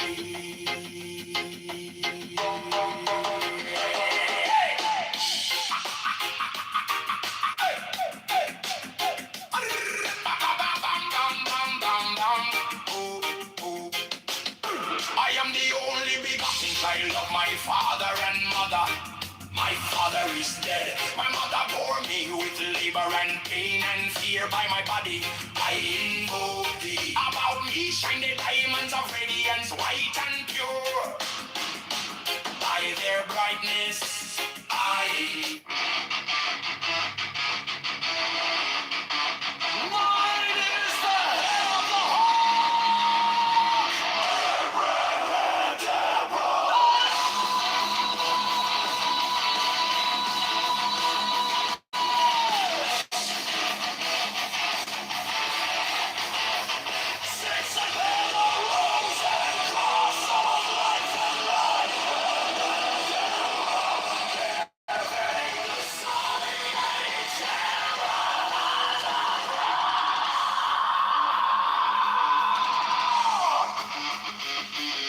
remaining in the sign. The invocation concludes. Therefore I say unto thee,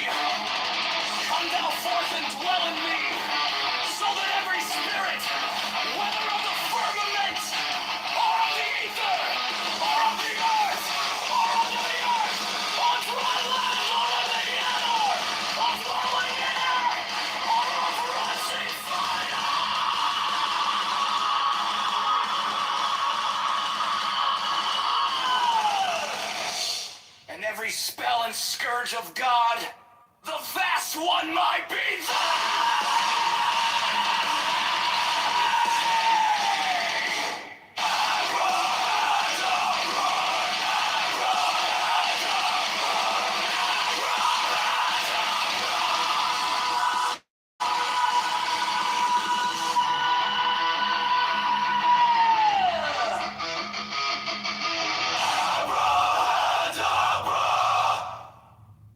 Mine is the head of the hawk, Abrahadabra!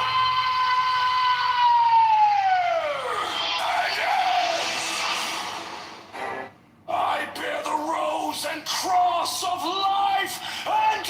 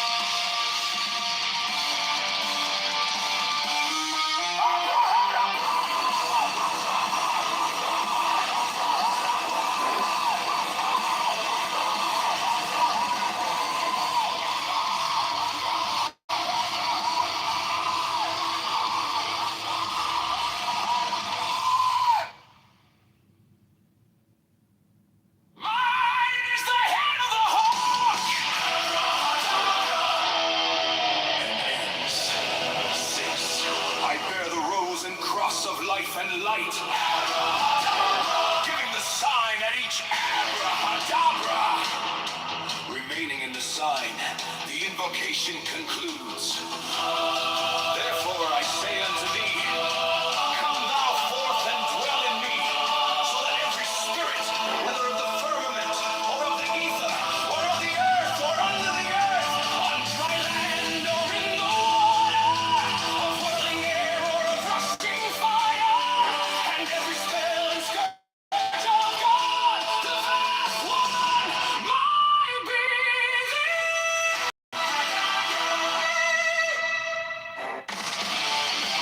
Mine is the head of the hawk, abrahadabra, and N6. I bear the rose and cross of life and light, giving the sign at each abrahadabra. Remaining in the sign, the invocation concludes. Therefore I say unto thee, come thou forth and dwell in me, so that every spirit, whether of the firmament, or of the ether, or of the earth, or under the earth, on dry land, or in the water, or whirling air, or of rushing fire, and every spell and scourge of God, the vast one,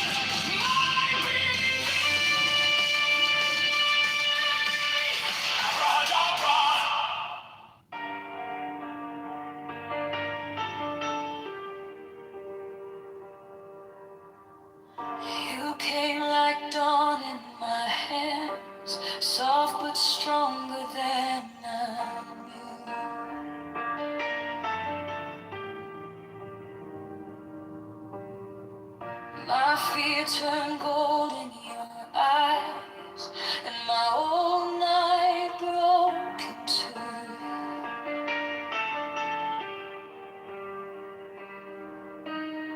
I was lost in the noise, now I'm learning how to stay close to your quiet light in the middle of the day. Stop thinking, let it fall. Take the deepest breath of them all. Hold it close. Don't run from the feeling. One more second, you can start believing. Wisdom of God, now it's wisdom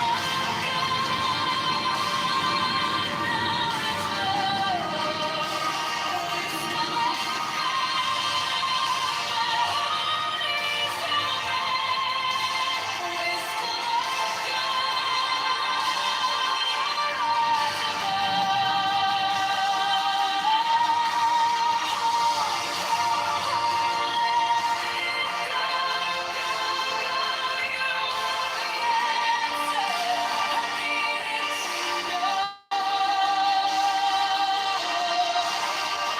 Your touch is a steady rain on the dust of who I am.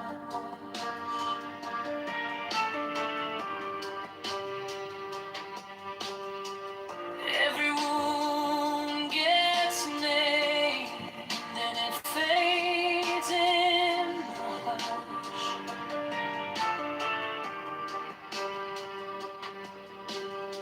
I don't need signs when your name is in my chest. One deep breath, one brave step.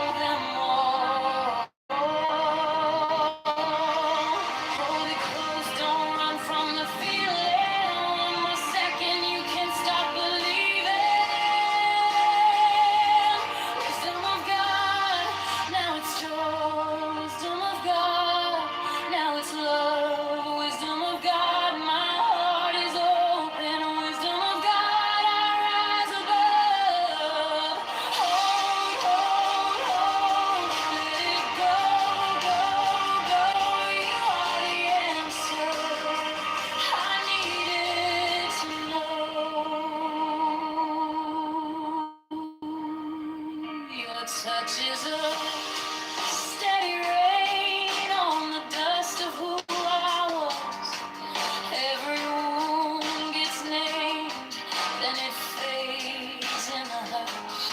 I don't need 1,000 signs when your name is in my chest. One deep breath, one brave step, and the rest can be blessed. I'm thinking, let it fall. Take the deepest breath of them all. Hold it close, don't run from the feeling. One more second, you can't stop believing. Wisdom of God, now it's joy. Wisdom of God, now it's love. Wisdom of God, my heart is open. Wisdom of God, rise above. Hold, let it go, go, go. You are the answer. I needed to know if I tremble. Stay near if I break. Pull me through, teach my hands to release what I cannot hold with you. 10 not 9, 10 not 11. I breathe in your holy calm, and the storm in my head lays down like a palm. Wisdom of God, now it's joy. Wisdom of God, now it's love. Wisdom of God, my heart is open. Wisdom of God, I rise above. Hold, let it go, go, go. You are the answer. I needed to know. Wisdom of God, now it's found. Wisdom of God, I'm yours alone.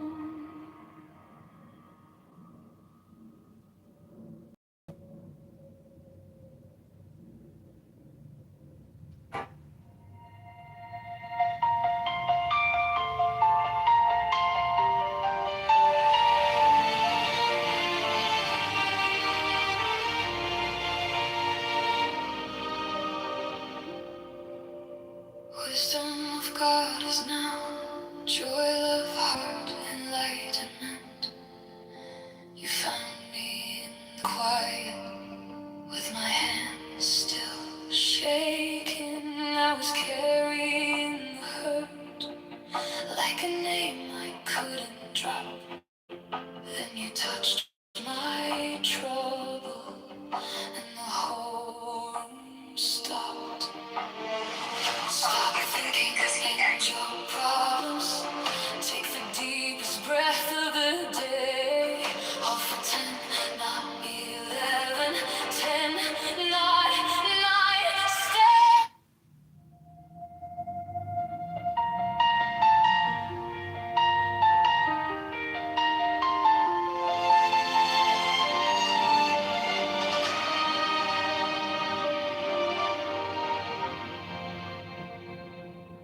Wisdom of God is now joy, love, heart, enlightenment.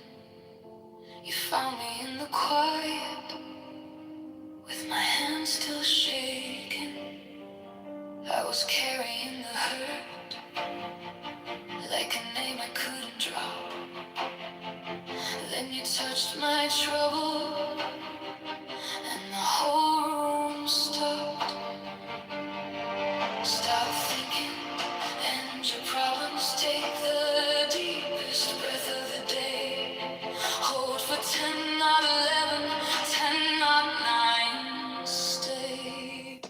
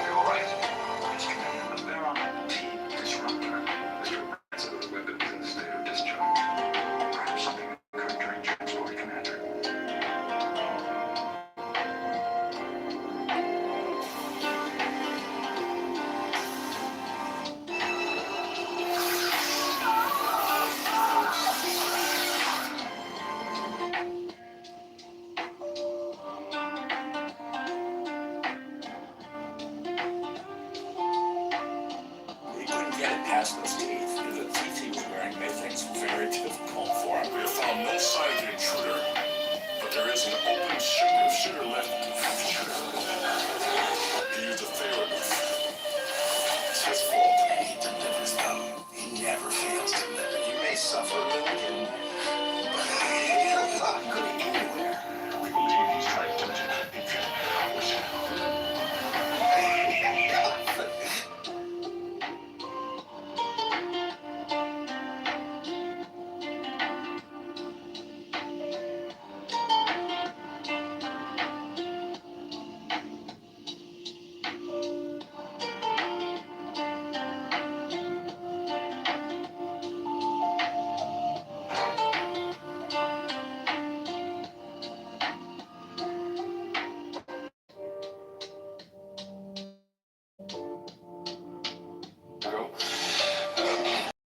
The city of Chicago is an opportunity for us to celebrate the contributions of our city workers. These are the workers who ensure the success of our city.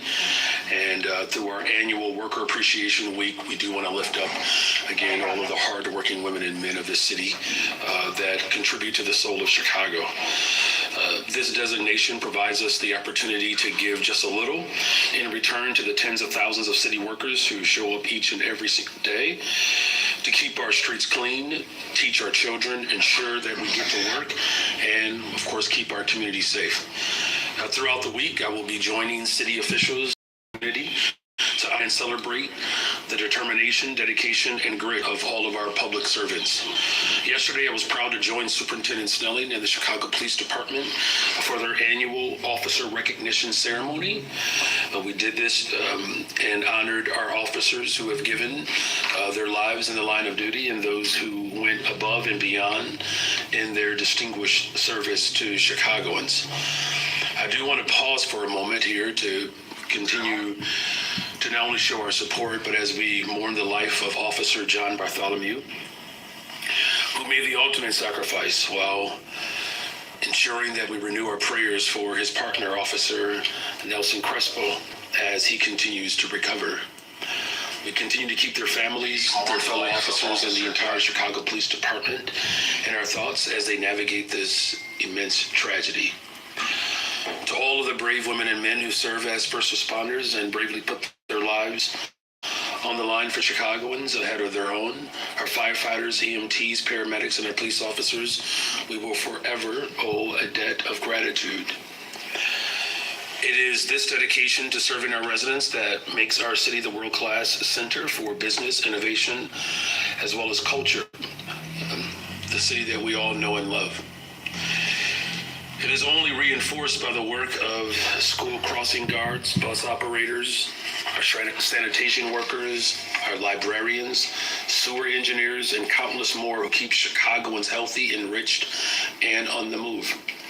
As mayor, I will continue to do everything in my power to support the city workers and ensure that they have the tools that they need to do what they do best. As we celebrate International Workers' Day last Friday, we also recognize the immense role that every single worker in Chicago plays in keeping our city strong. As nurses, delivery drivers, technicians, restaurant servers, warehouse workers, caregivers, retail workers, most of our reporters, no, I'm teasing, all of our reporters, you work to build the type of neighborhoods that empower our people and drive the future of our city forward.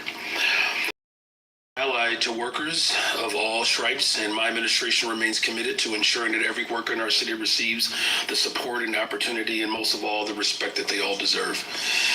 With that in mind, I'd like to shift gears just a little bit. As you all know, and are surely aware of this, later this afternoon, I will be heading down to Springfield to meet with our legislators and advocate on behalf of Chicagoans.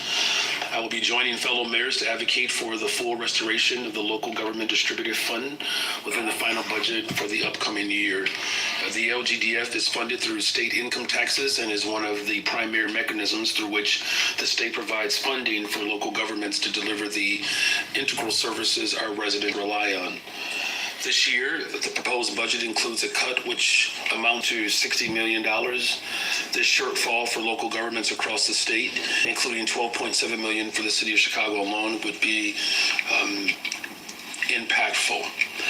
For more than 40 years, the annual LGDF share provided to local governments was set at 10%. Over the last two decades, it has slowly been chipped away at, this year being proposed at just 6.27%. Raising the percentage share by just 1% would result in an $80 million increase in funding for the city of Chicago. Every Chicagoan pays into this funding pool through their income taxes. Our residents who work hard every single day keep our city the economic engine of the entire state of Illinois. All of us deserve to receive the full return on their contributions. At a time in which the cost for local governments has risen along with inflation, the proposed cuts hamper our ability to maintain the full provision of public services that our cities need to function at their very best. In addition to reversing the cuts to LGDF, we will continue to work with our legislative partners to pursue the progressive revenue that we need to break the cycle of budgets, which have again been balanced mix of working people. We are certainly encouraged by the state's inclusion of a measure which mirrors the social media and amusement responsibility tax that we pioneered right here in Chicago. As we all recognize the need for big tech corporations and social media giants to pay their fair share, I will be renewing my call for this General Assembly to grant Chicago the authority to levy a digital tax and include a statewide digital ad tax in this year's budget. Targeted advertising has enabled these companies to reap billions in profits, so it's only fair that they pitch in to support the well-being of Chicagoans and every Illinoisan. As we prepare for the coming budget cycle, we will advocate for the expansion of Chicago's home rule authority to raise progressive revenue without burdening working families in our city. I'm confident that by coming together around our shared values and vision for a more equitable future for our state and city, that we will be able to achieve many of these aims. I look forward to meaningful conversations with my fellow local leaders, with our legislators, and with the governor's office as we work to collaboratively find common ground, advance solutions, and deliver real results for the people of Chicago and all of Illinois. Thank you for your patience today, and I'm happy to answer any of your questions at this time. We have time for 2 questions, 1 follow-up each, and we're going to go down the line and wrap around, please. So. Wait, how many? 2 questions, which doesn't, not in addition to a follow-up. Is that correct? Yes. Okay. Yes. Just want to make sure. I'll have to talk to my union rep about all these questions y'all asking me. All right. Mayor, good morning. Thank you. When you head to Springfield, I realize that you just spoke about a couple of other ideas, the digital ad tax and others, but 12 million's not, I mean, it's certainly you want every million, you don't want to lose any, but it's not a huge amount. I mean, the state, I guess their argument is, hey, we've had to tighten our belt too. So it's going to trickle down to all of you. What other perhaps ideas are out there to raise revenues? Yeah, well, first of all, let me just name the fact that the local government distributive fund, I mean, this is something that has been intact for decades. When I made my first address to the General Assembly back in 2023, I highlighted this as an important part of how local municipalities show up for working people, and particularly at a time as the federal government continues to undermine our local bodies of government. It's the mayors who are dealt with the heavy responsibility of responding to the needs of people. And look, that's not chump change, right? When you're talking about 1% increase would be $80 million that could go towards driving safe and more affordable communities. So it is important. I've been working to organize local mayors for the last couple of years. In fact, in D.C., we convened a meeting with many of the local mayors who represent communities that are rural, suburban, and of course, obviously, me representing the largest city. So it has bipartisan support. This is a big deal, and we cannot afford, if we're asking anyone to tighten the belt, we should look at whose belt is exploding, and that's the ultra-rich. as their bellies get fat and our people are starving, this is not the time to balance the budget off the backs of working people. As far as other ideas, like, look, our position is still the same. Look, I've been advocating for a digital ad tax for some time. This is something that I know the Senate President has expressed interest in. And so there is movement, you all. I just believe that the urgency of this moment really requires us to move outside of rhetoric and actually put some action into place. The last thing I'll say is I'm encouraged by the fact that the idea that we pioneered in Chicago, the social media amusement responsibility tax, that's something that the state is looking to do. So clearly there's some shared ideas that they're, gaining from the work that we're doing in Chicago. We're hopeful that that can be reciprocated. The levies in which the state has control over, the jurisdiction over, they need to pull those levies now because it's a matter of life and death for a lot of our families, not just in Chicago, but throughout Illinois. Is what to do about Soldier Field also on your agenda? Well, I mean, the best thing to do for Soldier Field is to make sure the Bears are playing there. Look, I still firmly believe that the best place for the Bears to play is in the city of Chicago. They expressed interest. I remember that a couple of years ago. Right now, the type of tax, I don't know how they're framing it, but the type of tax structure that they would set up for large corporations and billionaires without a clear pathway to provide certainty as well as equity for everyday working people. I believe that that's a mismatch there. And quite frankly, look, the infrastructure that they're even discussing in the suburbs, those infrastructure needs have been present on the lakefront for a very long time. It's the top tourist destination anywhere in the state of Illinois, right? So it's to the economic advantage for all of Illinois to support the economic engine of the state of Illinois. And then finally, there are some real concerns about and I know the governor expressed them as well, there's some real concerns that have been laid out around what's being proposed. And so for me, I'm going to, of course, continue to fight for Chicago, but it's not just the best place for the Bears to play, the lakefront. It's the most economically sound as well as economically stable idea for the Bears to remain in Chicago. Feliz Bataglia de Puebla, or the Battle of Puebla, otherwise known as Cinco de Mayo, which is actually today. I'm surprised nobody mentioned it today. And in any case, this first bundled question would have applied to the presser that you had with some of the other mayors across the country if I had received the link for it after applying for it. But in any case, for all you sanctuary cities, especially those led by black mayors, what is your response to Congresswoman Pramila Jayapal's robust demanding of reparations for immigrant communities, whether populated with illegal aliens or potential immigrants, while not talking up the same for descendants of U.S. chattel slaves? Look, I can only speak for my position, and as you know, we are moving with our task force around what reparations for black Chicagoans could look like. The harm that has been done against black Chicago is quite severe. That history is pretty substantial. Whether it's the dismantling of our public schools, the dismantling of public housing, the closure of mental health clinics, the lack of opportunities for jobs, right? I mean, there are a whole host of areas where black Chicagoans have been harmed by neoliberal ideas and austere budgets that, quite frankly, that have been moved primarily by the most conservative presentation in our city, in our country. And so I think it behooves us to ensure that investing in affordable housing, investing in education, investing in good paying jobs, that these are ways in which we can repair that harm. As far as any other group that is seeking reparations, look, I'm never going to stand in the way of that, right? I mean, we know the history in this country, whether it's Japanese Americans, whether it's, the Jewish community, that, of course, the harm that was done during the Holocaust. I mean, there are countless examples of receiving reparations. My focus right now is repairing the harm that was done against Black Chicagoans.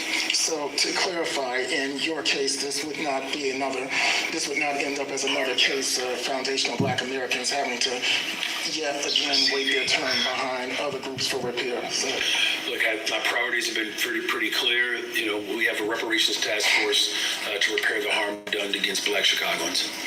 And of a more international interest, how wary are you that a final enacted version of their reauthorized FISA no-knock warrant law could be weaponized against sanctuary city mayors and governors the way it was, the original version was against Black Lives Matter organizers and activists? Well, look, worry might be too strong of a word, Mark. Quite frankly, you know, do I take all measures seriously as it relates to the type of threat and damage and harm that it can do to the most vulnerable? Of course, you know, but I try my best not to live or to react out of fear. You know, I'm in this position as mayor to speak up for the least of these, the most vulnerable amongst us. It's not a popularity contest for me. It's about delivering high quality services for the people who rely upon them the most. And I think when it comes to ensuring that our criminal justice system is responsive and as well as committed to an equitable distribution of justice, that is something that we all have to work towards. So clarify your concept when you get there. As I said, I think worrying is probably wary. To the extent in which it's going to prevent me from being able to continue to move to build safe and affordable communities, it hasn't.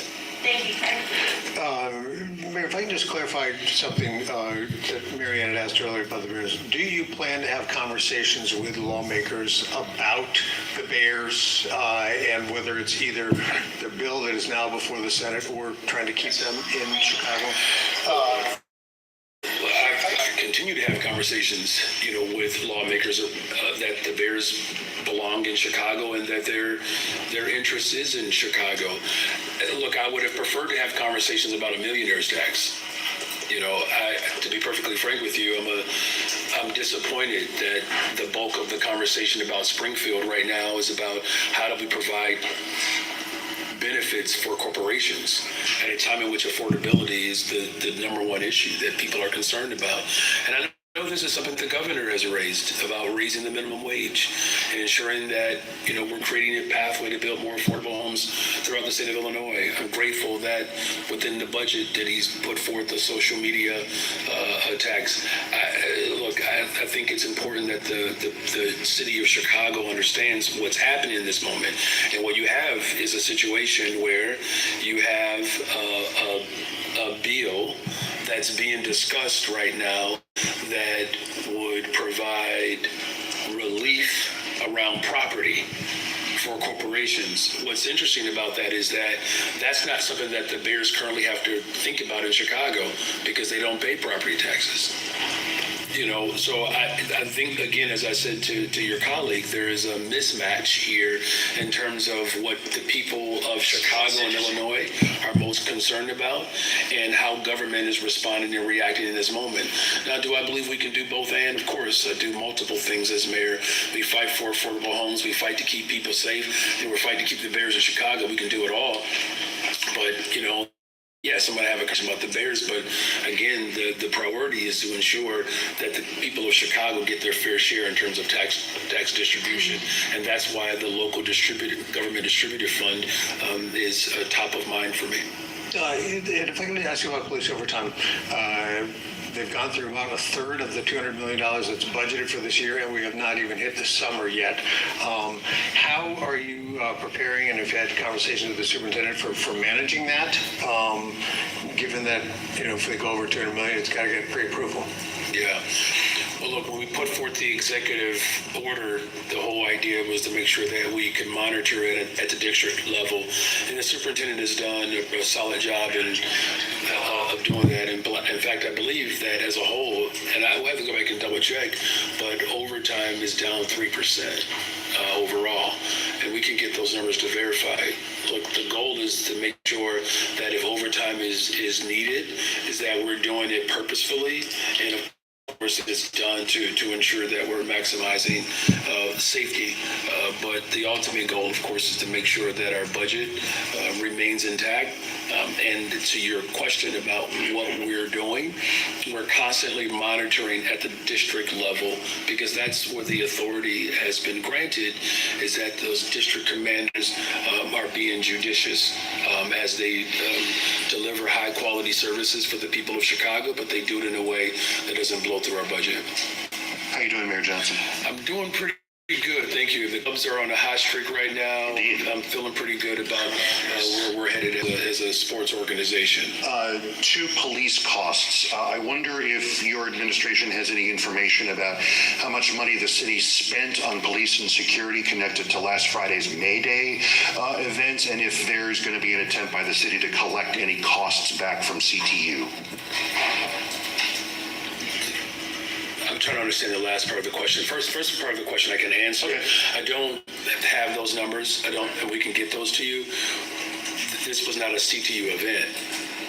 May Day was International Workers' Day, in which Chicago Public Schools students participated in it, right? And, as a social studies teacher, keep in mind, young people participating in the liberation for working people, there's a strong historical precedent for that. Right, you know what I'm saying? Our young people that were out there by choice, and whatever cost it is, it's a worthwhile investment, right? I mean, we're talking about young people and workers taking action at a time in which we've seen the largest upward transfer of wealth to the hands of the ultra rich. You all do a good job at reporting this, and I mean this. What's at stake in this moment is far more severe than whatever May Day cost us. There's 150,000 Illinoisans right now that we don't know if they're going to have food. Those parents send their children to school. And so we have workers that are being threatened. We have tip workers in this city right now where people believe that they're responsible for the economic downturn. And then you have children going into schools that are not fully resourced. And then you have workers showing up every day trying to make, lemonade out of lemons with no sugar. And I just think it's important that we continue to narrate what's happening in this moment. We're seeing the rise of fascism all over the globe. Right-wing extremism and the anti-worker, anti-immigrant, anti-black. The Supreme Court just gutted the Civil Rights Act, the Voting Rights Act.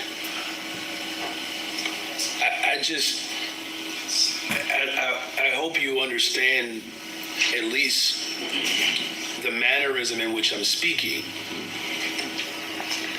is that what type of society do we want for working people? Do we want a society in which we're begging and pleading?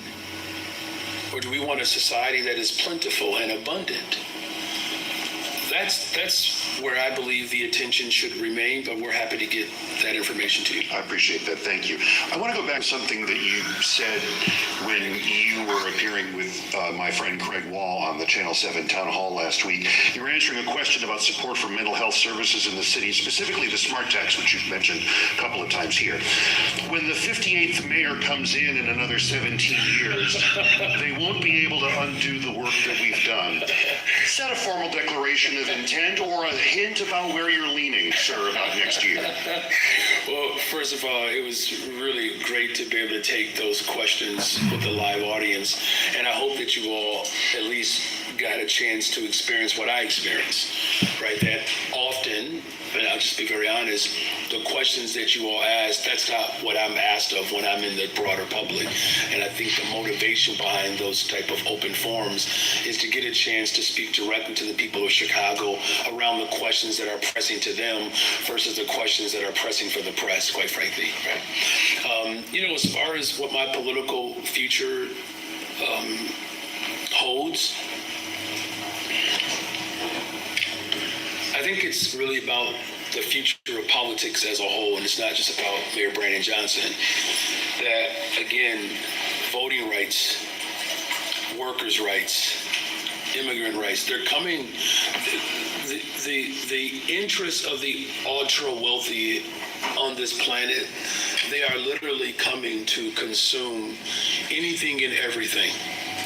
And my focus is going to remain on ensuring that we're driving violence down, that we're building more affordable homes, and the time for political declarations will come at the appropriate time. But in the meantime, yes, I'm very much determined and committed to build the safest, most affordable city in America, and that whatever happens after my time as mayor, that the work that we do outlives my time as mayor. That's the most important thing. Hi, Mayor. Hi. What are your sticking points for what it would take to support legislation for a Bears Stadium in Arlington Heights, or are there no concessions that could be made? It's very cute, Alice. It's very cute. I appreciate the frame of the question. I do. And we're building a brand new soccer stadium with the Chicago Fire. The 1901 project on the west side of Chicago. Psi Quantum on the southeast side of Chicago, with a brand new hospital on the south side of Chicago, first time in 60 years. I'm building things in this city. I want to build more things in this city. And why is that important? Because it creates opportunities for Chicagoans. Why would I advocate for something that wouldn't benefit the people of Chicago? I don't know why any Chicago legislator would vote for anything that doesn't benefit the people that they represent and vote for. Right now, I mean, in terms of a sticking point, look, we asked for infrastructure for the entire museum campus. We didn't even get a hearing on it. The Bears were prepared to put 72% of their dollars into a stadium that the public would own. I mean, certainly people can see the benefit of that. I mean, how many people build an office to become a tenant, to pay rent to someone else? That's what the Bears were willing to do. And so I think the way I would frame it personally is, for any Chicago legislator, what is it that we need for the people of Chicago? Let's just start there as a baseline.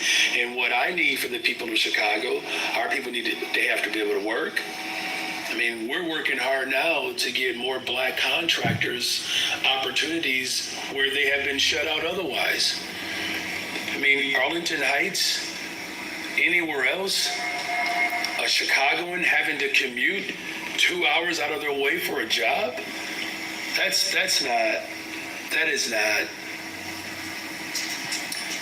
is not something that I don't believe anybody who represents Chicago should want.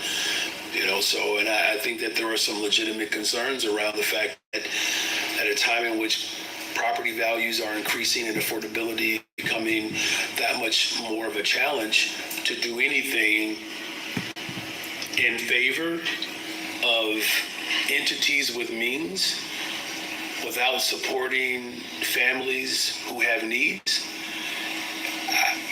I would find that short-sighted. Thank you. And do you support Alderman Beal's legislation and licensing committee today that would effectively ban sweepstakes machines in Chicago? Yeah, I haven't looked at it, honestly. I haven't.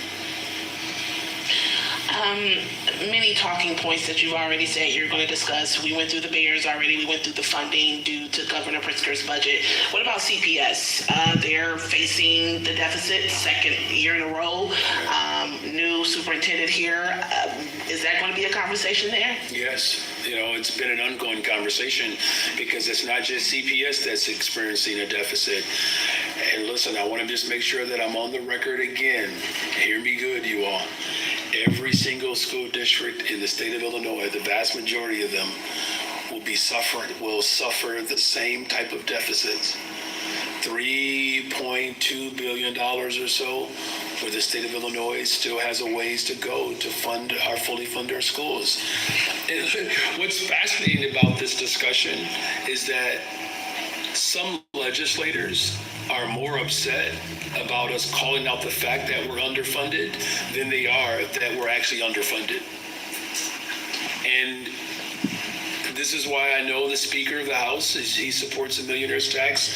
It's unfortunate that they weren't able to get that done and get that accomplished, but look, there's still time to move on other progressive revenue ideas.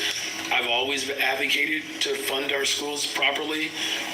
I don't know if you're aware of this, but when I was an organizer, I took arrests. I've gone on hunger strikes. I've gone on teacher strikes for funding our schools. As mayor, I released the largest TIF surplus into our schools than any other mayor in the history of Chicago. I'm going to stand 10 toes down for the people of Chicago, in particular around CPS. Of course, we're going to discuss progressive revenue to ensure that our schools are fully funded. Now, can you kind of outline what that would look like? You're saying we need funding, help us do that. Every other school in Illinois also will feel the same heat. But what does that look like? If you go there, they have these conversations, and you have to be prepared to say, this is what I want, this is what will work. That may not work if they offer something. Yeah, I mean, look, you will always have negotiations. You know, the way it works is that you have to identify the source of revenue first, which we've done. Now it's a matter of the political will, right? Some of this really is not just on school districts and mayors. These state reps and state senators got elected as well, right? And I know that there are a number of legislators who understand the importance of fully funding our schools, right? I mean, and I think the way it can work is that if we can all come together.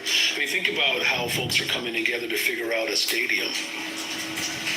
And again, we've spent more time talking about a stadium than other things in Springfield. And I know sometimes that's driven by the interest from mass media. But when I talk to legislators, trust me, they're talking about the same concerns that I have. Whether it's food insecurity, whether it's housing, these things do require prioritization. Same thing with our public schools. So yes, there will be a great deal of discussion, and hopefully with the mayors coming together around the state to really fight for our government distributed fund. These are the same mayors that represent communities where school districts are also severely underfunded, and we're going to continue to push. Keep in mind, I mean, even some of the things that we have won in Springfield, think about how long it took to get there. This LGDF, I mean, folks have been fighting to raise that for the last 15 years since Governor Quinn. Haven't heard that name in a while, have you? So, these fights have been ongoing, but look, I'm not going anywhere. We're here for it. We're battle tested, and we're going to continue to push to make sure that working people are prioritized. Thank you for that. Come here. Hey, Justin. So when you discuss the mega project legislation with state lawmakers, you're opposed to them leaving. I understand that, but you're describing a deal that was put together, 2 years ago and didn't go anywhere. Do you have a new financial model for the lakefront or Michael Reese or anywhere else? Do you have lack of a better plan or new plan? Another idea? I mean, that's a good question. We have a couple of ideas that we'll present. I mean, I think that would be, inappropriate just because we haven't had those conversations with our legislators. And, trust me, by the time that conversation ends, I'm sure somebody somewhere will slip you a note. Not me. I don't know who you get your information from, but they're pretty good at getting it to you. But the point being, though, is that, no, it's unfortunate that we never even got a conversation around it. I was talking to one legislator who, talked about the $900 million that I believe that they're discussing for infrastructure for the suburbs. And, I said the starting point for the infrastructure for the lakefront was about $1.5 billion. And it doesn't mean that that's where it would have landed, but I think to your colleague's point, you got to start with a number and then you work through it. And so there are lots of conversations that are also associated with this particular project that really requires us to think hard about how, again, the top tourist destination in the entire state of Illinois is fully supported. That museum campus is one that's driving our economy. But yeah, there are some ideas that are newer out there that we will be discussing. All right, I've got 2, 3, 4-parter here on this. You know, in kind of just being bears in the city or bust, you know, there are other aspects of that mega project legislation that it seems the state is trying to accommodate Chicago in other ways. You know, there's the new version of Star Bonds that could support One Central. There's this new railroad specific incentive that could support One Central, or the Ishbia project at the Amtrak site, or Michael Reese, in sort of only being focused on keeping the bears in the city. Are you able to provide input on those other things that are being discussed that would specifically impact Chicago? Of course. And then, sorry, this is the second part. Didn't mean to cut you off. Sorry. On Soldier Field, you know, Alderman Superintendent Ramirez Rosa was down in Springfield last week. He has been pushing a plan to renovate Soldier Field and to, you know, improve the broader museum campus. But what I hear from state lawmakers is that's a little confusing, because his plan kind of is hinged on the idea that the Bears might leave and trying to re-envision Soldier Field after that. Do you support his efforts in going to Springfield and continuing to push for infrastructure support? Well, as far as infrastructure, we're all on the same page there. The campus needs a makeover. Like, we know that the ingress egress is absolutely horrific, and I don't mean to trigger Bears fans or concert goers. It is just brutal getting in and out of that space, as well as it disrupts the type of flow that could naturally carry over to the rest of the campus. I was talking to the great organizers for Lollapalooza, as well as our presidents of the museum. 400,000 people show up along that lakefront over the course of a few days. Just the natural spillover of 15 to 20,000 conservatively of concert goers that would just, you know, move about the entire campus and create more activity over there. We're losing out of that type of, you know, economic prowess there. So the infrastructure is something that we have constantly have fought for, and we will continue to do that. Bill could do for large-scale projects and how it could benefit Chicago. Absolutely, we're in, you know, conversations there. But here's the thing about Chicago: we can pat our heads and rub our stomach at the same time. I don't think it has to be an either-or scenario. At a time in which we have the most visitors in our city over the summer ever, the fact that we are at a 60-year low in terms of violent crime, you know, the fact that, again, that we're building large-scale projects, 6, 7 cranes in the air, 19 on the way. We're building affordable homes downtown and reconverting of old office spaces. Our airport is now the busiest airport in the world. This will be the time for Chicago to accelerate, to be able to generate and move our economy forward. We are the global capital of the world. Certainly, we move the Midwest in ways that no other city in the Midwest does. And so the fact that we have all of these assets, why would we at this time disrupt that economic flow when we have the ability to grow our economy, not just with a sports team, but with an entire activated campus that would be available 365 a year? And, you know, that is the real conversation that I believe. And again, there's 3 things that are happening here. You know, there's a proposal that right now is economically unsound, and there's broad agreement around that. And then there's the fact that the Bears have interests. What I'm simply saying is there's a way in which we can do both for the city of Chicago, where we can create an economically viable plan that is responsible for taxpayers. Right now, we don't have that situation. And again, I'm going to work with the legislature to ensure that Chicago is prioritized. Hi. Can you give us your reaction to the millionaire's tax dying in the House over the weekend? Have you talked with your Springfield partners about next steps? And, are there viable options for progressive revenue from Springfield, or is home rule the only option? Well, I will say that there are viable options still, right? I mean, there's still, time to move on. Again, as I did before, the digital ad tax, that's something that this legislature could move on. And there are folks who have expressed interest, just like the Speaker of the House, spoke of his interest around the millionaire's tax. I know that there are many people in the Senate caucus that are moving conversations around the digital ad tax. In terms of home rule, for me, it's if the General Assembly is having a tough time building the support to do it at the state level, what I've always said is that I'm that person that's willing to go first. And clearly there's some good example around the smart tax by Chicago going first around the smart tax. It has opened up room in a lane for others to move through. So that's why we are pushing for home rule as well. It's one of those components where we have to try to do anything and everything to create revenue streams that do not rely upon working class people. And then on the Swedish hospital shooting, it's our understanding, and the Tribune reported, that the 2 police officers who initially arrested Alfonso Talley are under internal investigation. Why is that? Are there concerns that the search was inadequate and allowed him to get the gun into the hospital? I know there's an ongoing investigation there. I mean, I can't, speak to something that's ongoing. Of course, I think what's also very glaring here is the fact that, another officer lost her life in the line of duty, and one is just fighting to recover.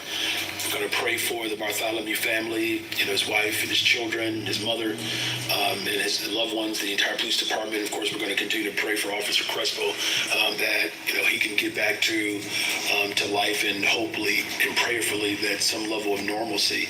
But as far as any investigation, obviously, because it's ongoing, I can't speak to it.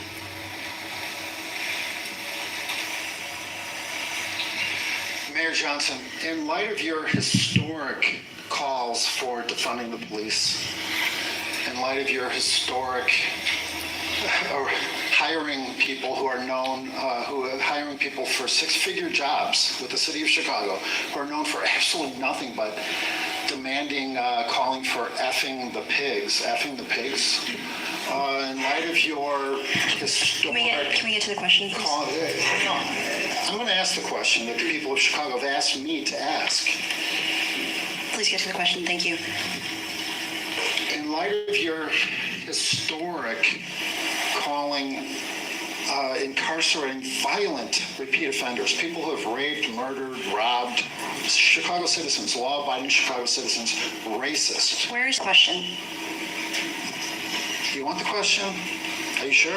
Please, let's get to the question. Yeah. Thank you. Well, let's see. Let's see about that, okay? Because the mayor doesn't seem to like my questions very much. In light of all of the above, do I need to repeat it? I haven't heard your question yet, William.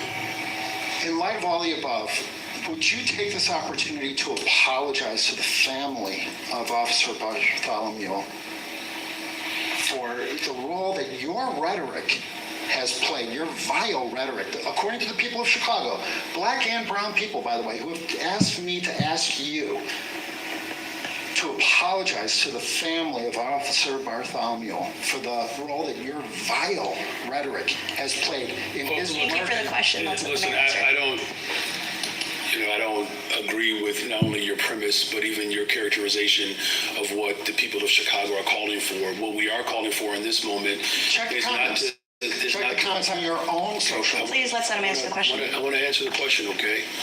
All right.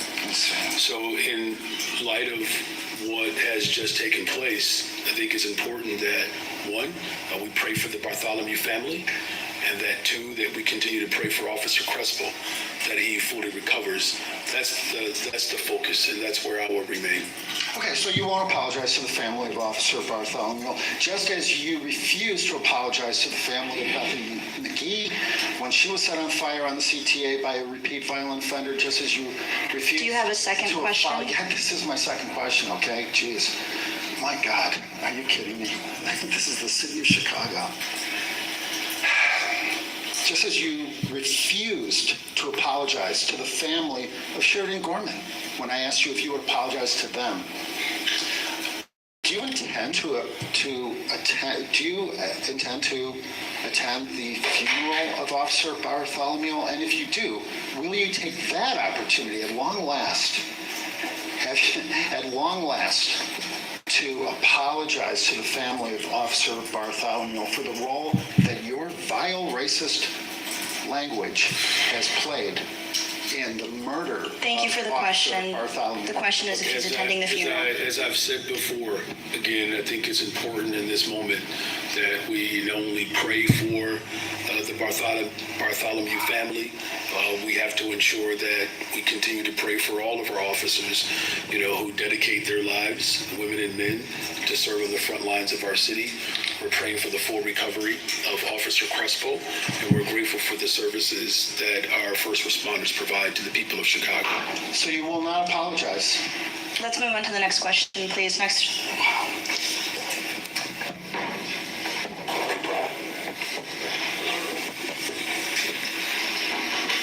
Hi, Mayor. Hi.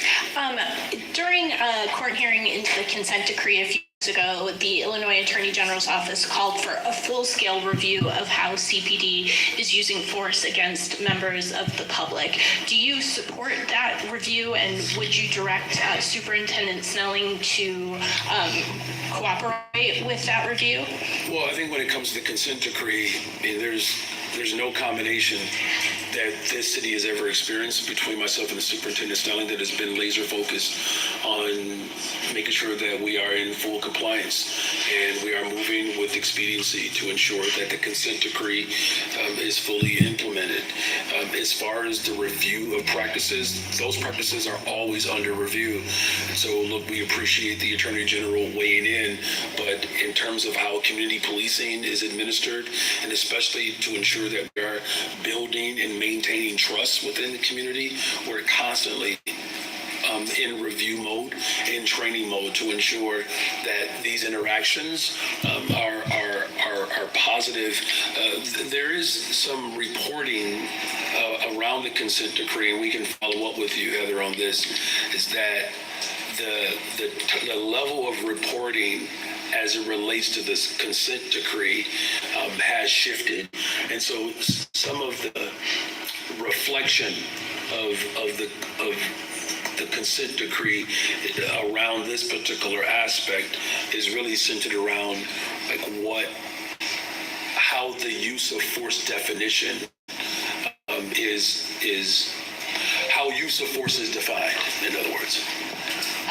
Shifting gears a little bit to the budget, we learned in a budget hearing last week that the city has not gotten any responses for proposals to expand public advertising and the debt sale as ordered by the city council crafted budget. Are you concerned that as we enter the 5th month of the year that revenue won't materialize and we are quickly approaching a situation where there would be mid-year layoffs, as you suggested a few months ago? I've always been concerned about the projections that they made. Look, the simplest way for us to be able to settle the budget was to administer a small tax on the largest corporations in the city of Chicago. We wouldn't be in this situation, had we gone that route. And I've expressed from the very beginning that the projections that were made were problematic. Look, we have worked hard to implement this budget.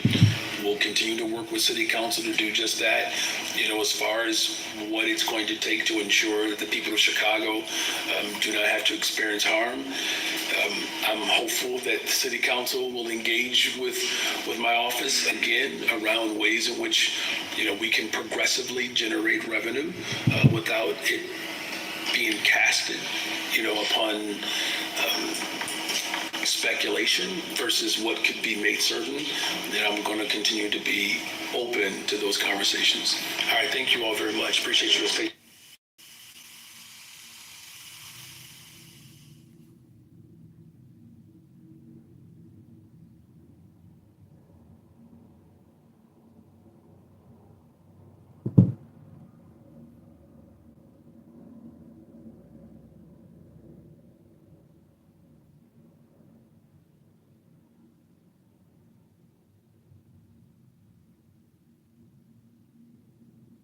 You just expect them to fix.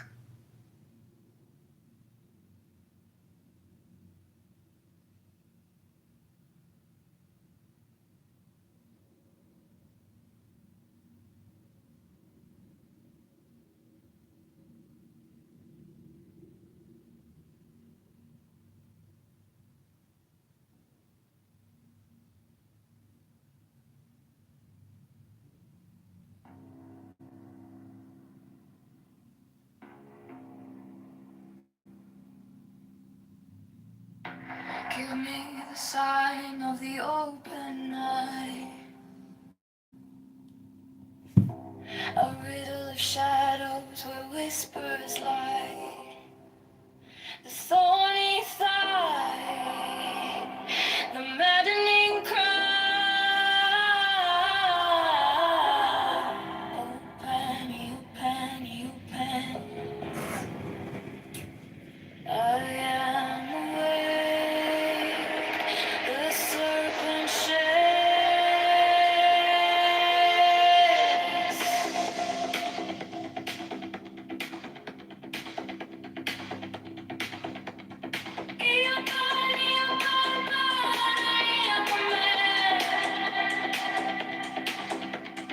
Do as thou wilt, as if I can.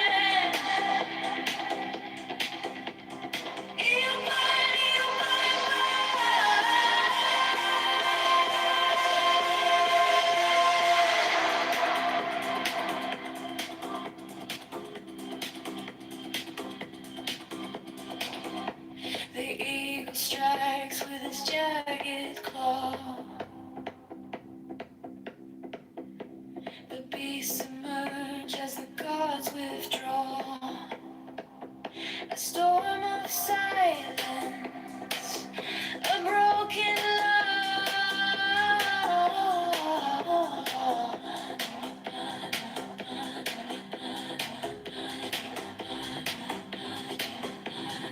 I am born to death, reborn on the hunt. I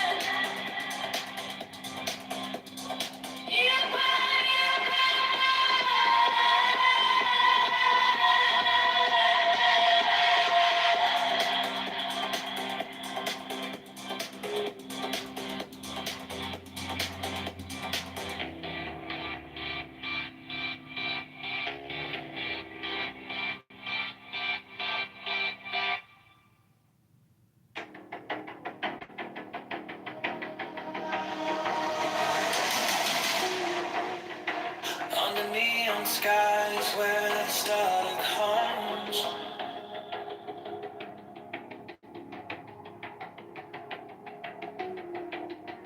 Shadows whisper truths as the bassline drums.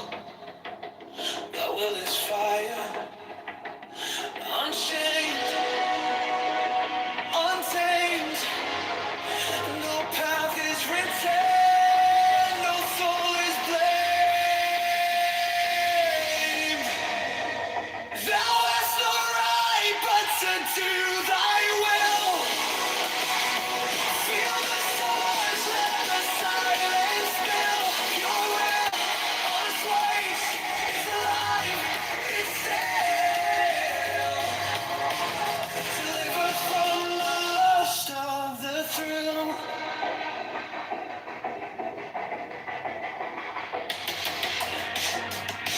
Echo shattered glass where the circuits glow.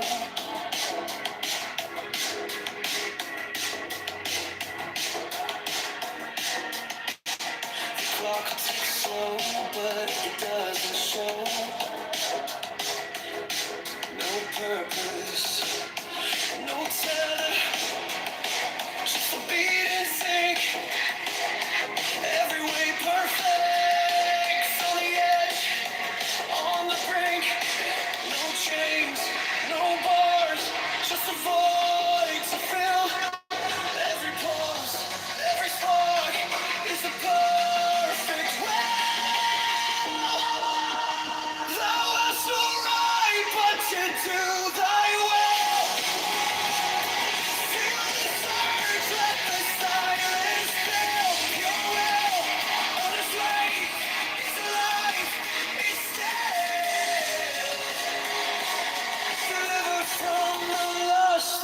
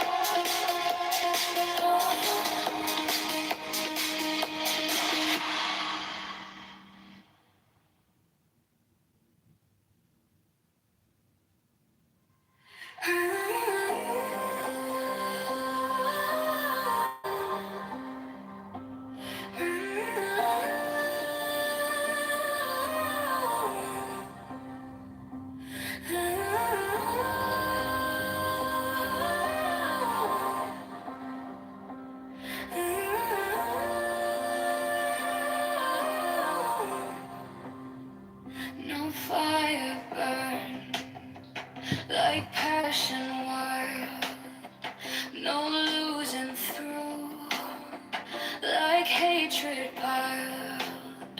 This body aches, a cage of stone, rest whispers stop, the only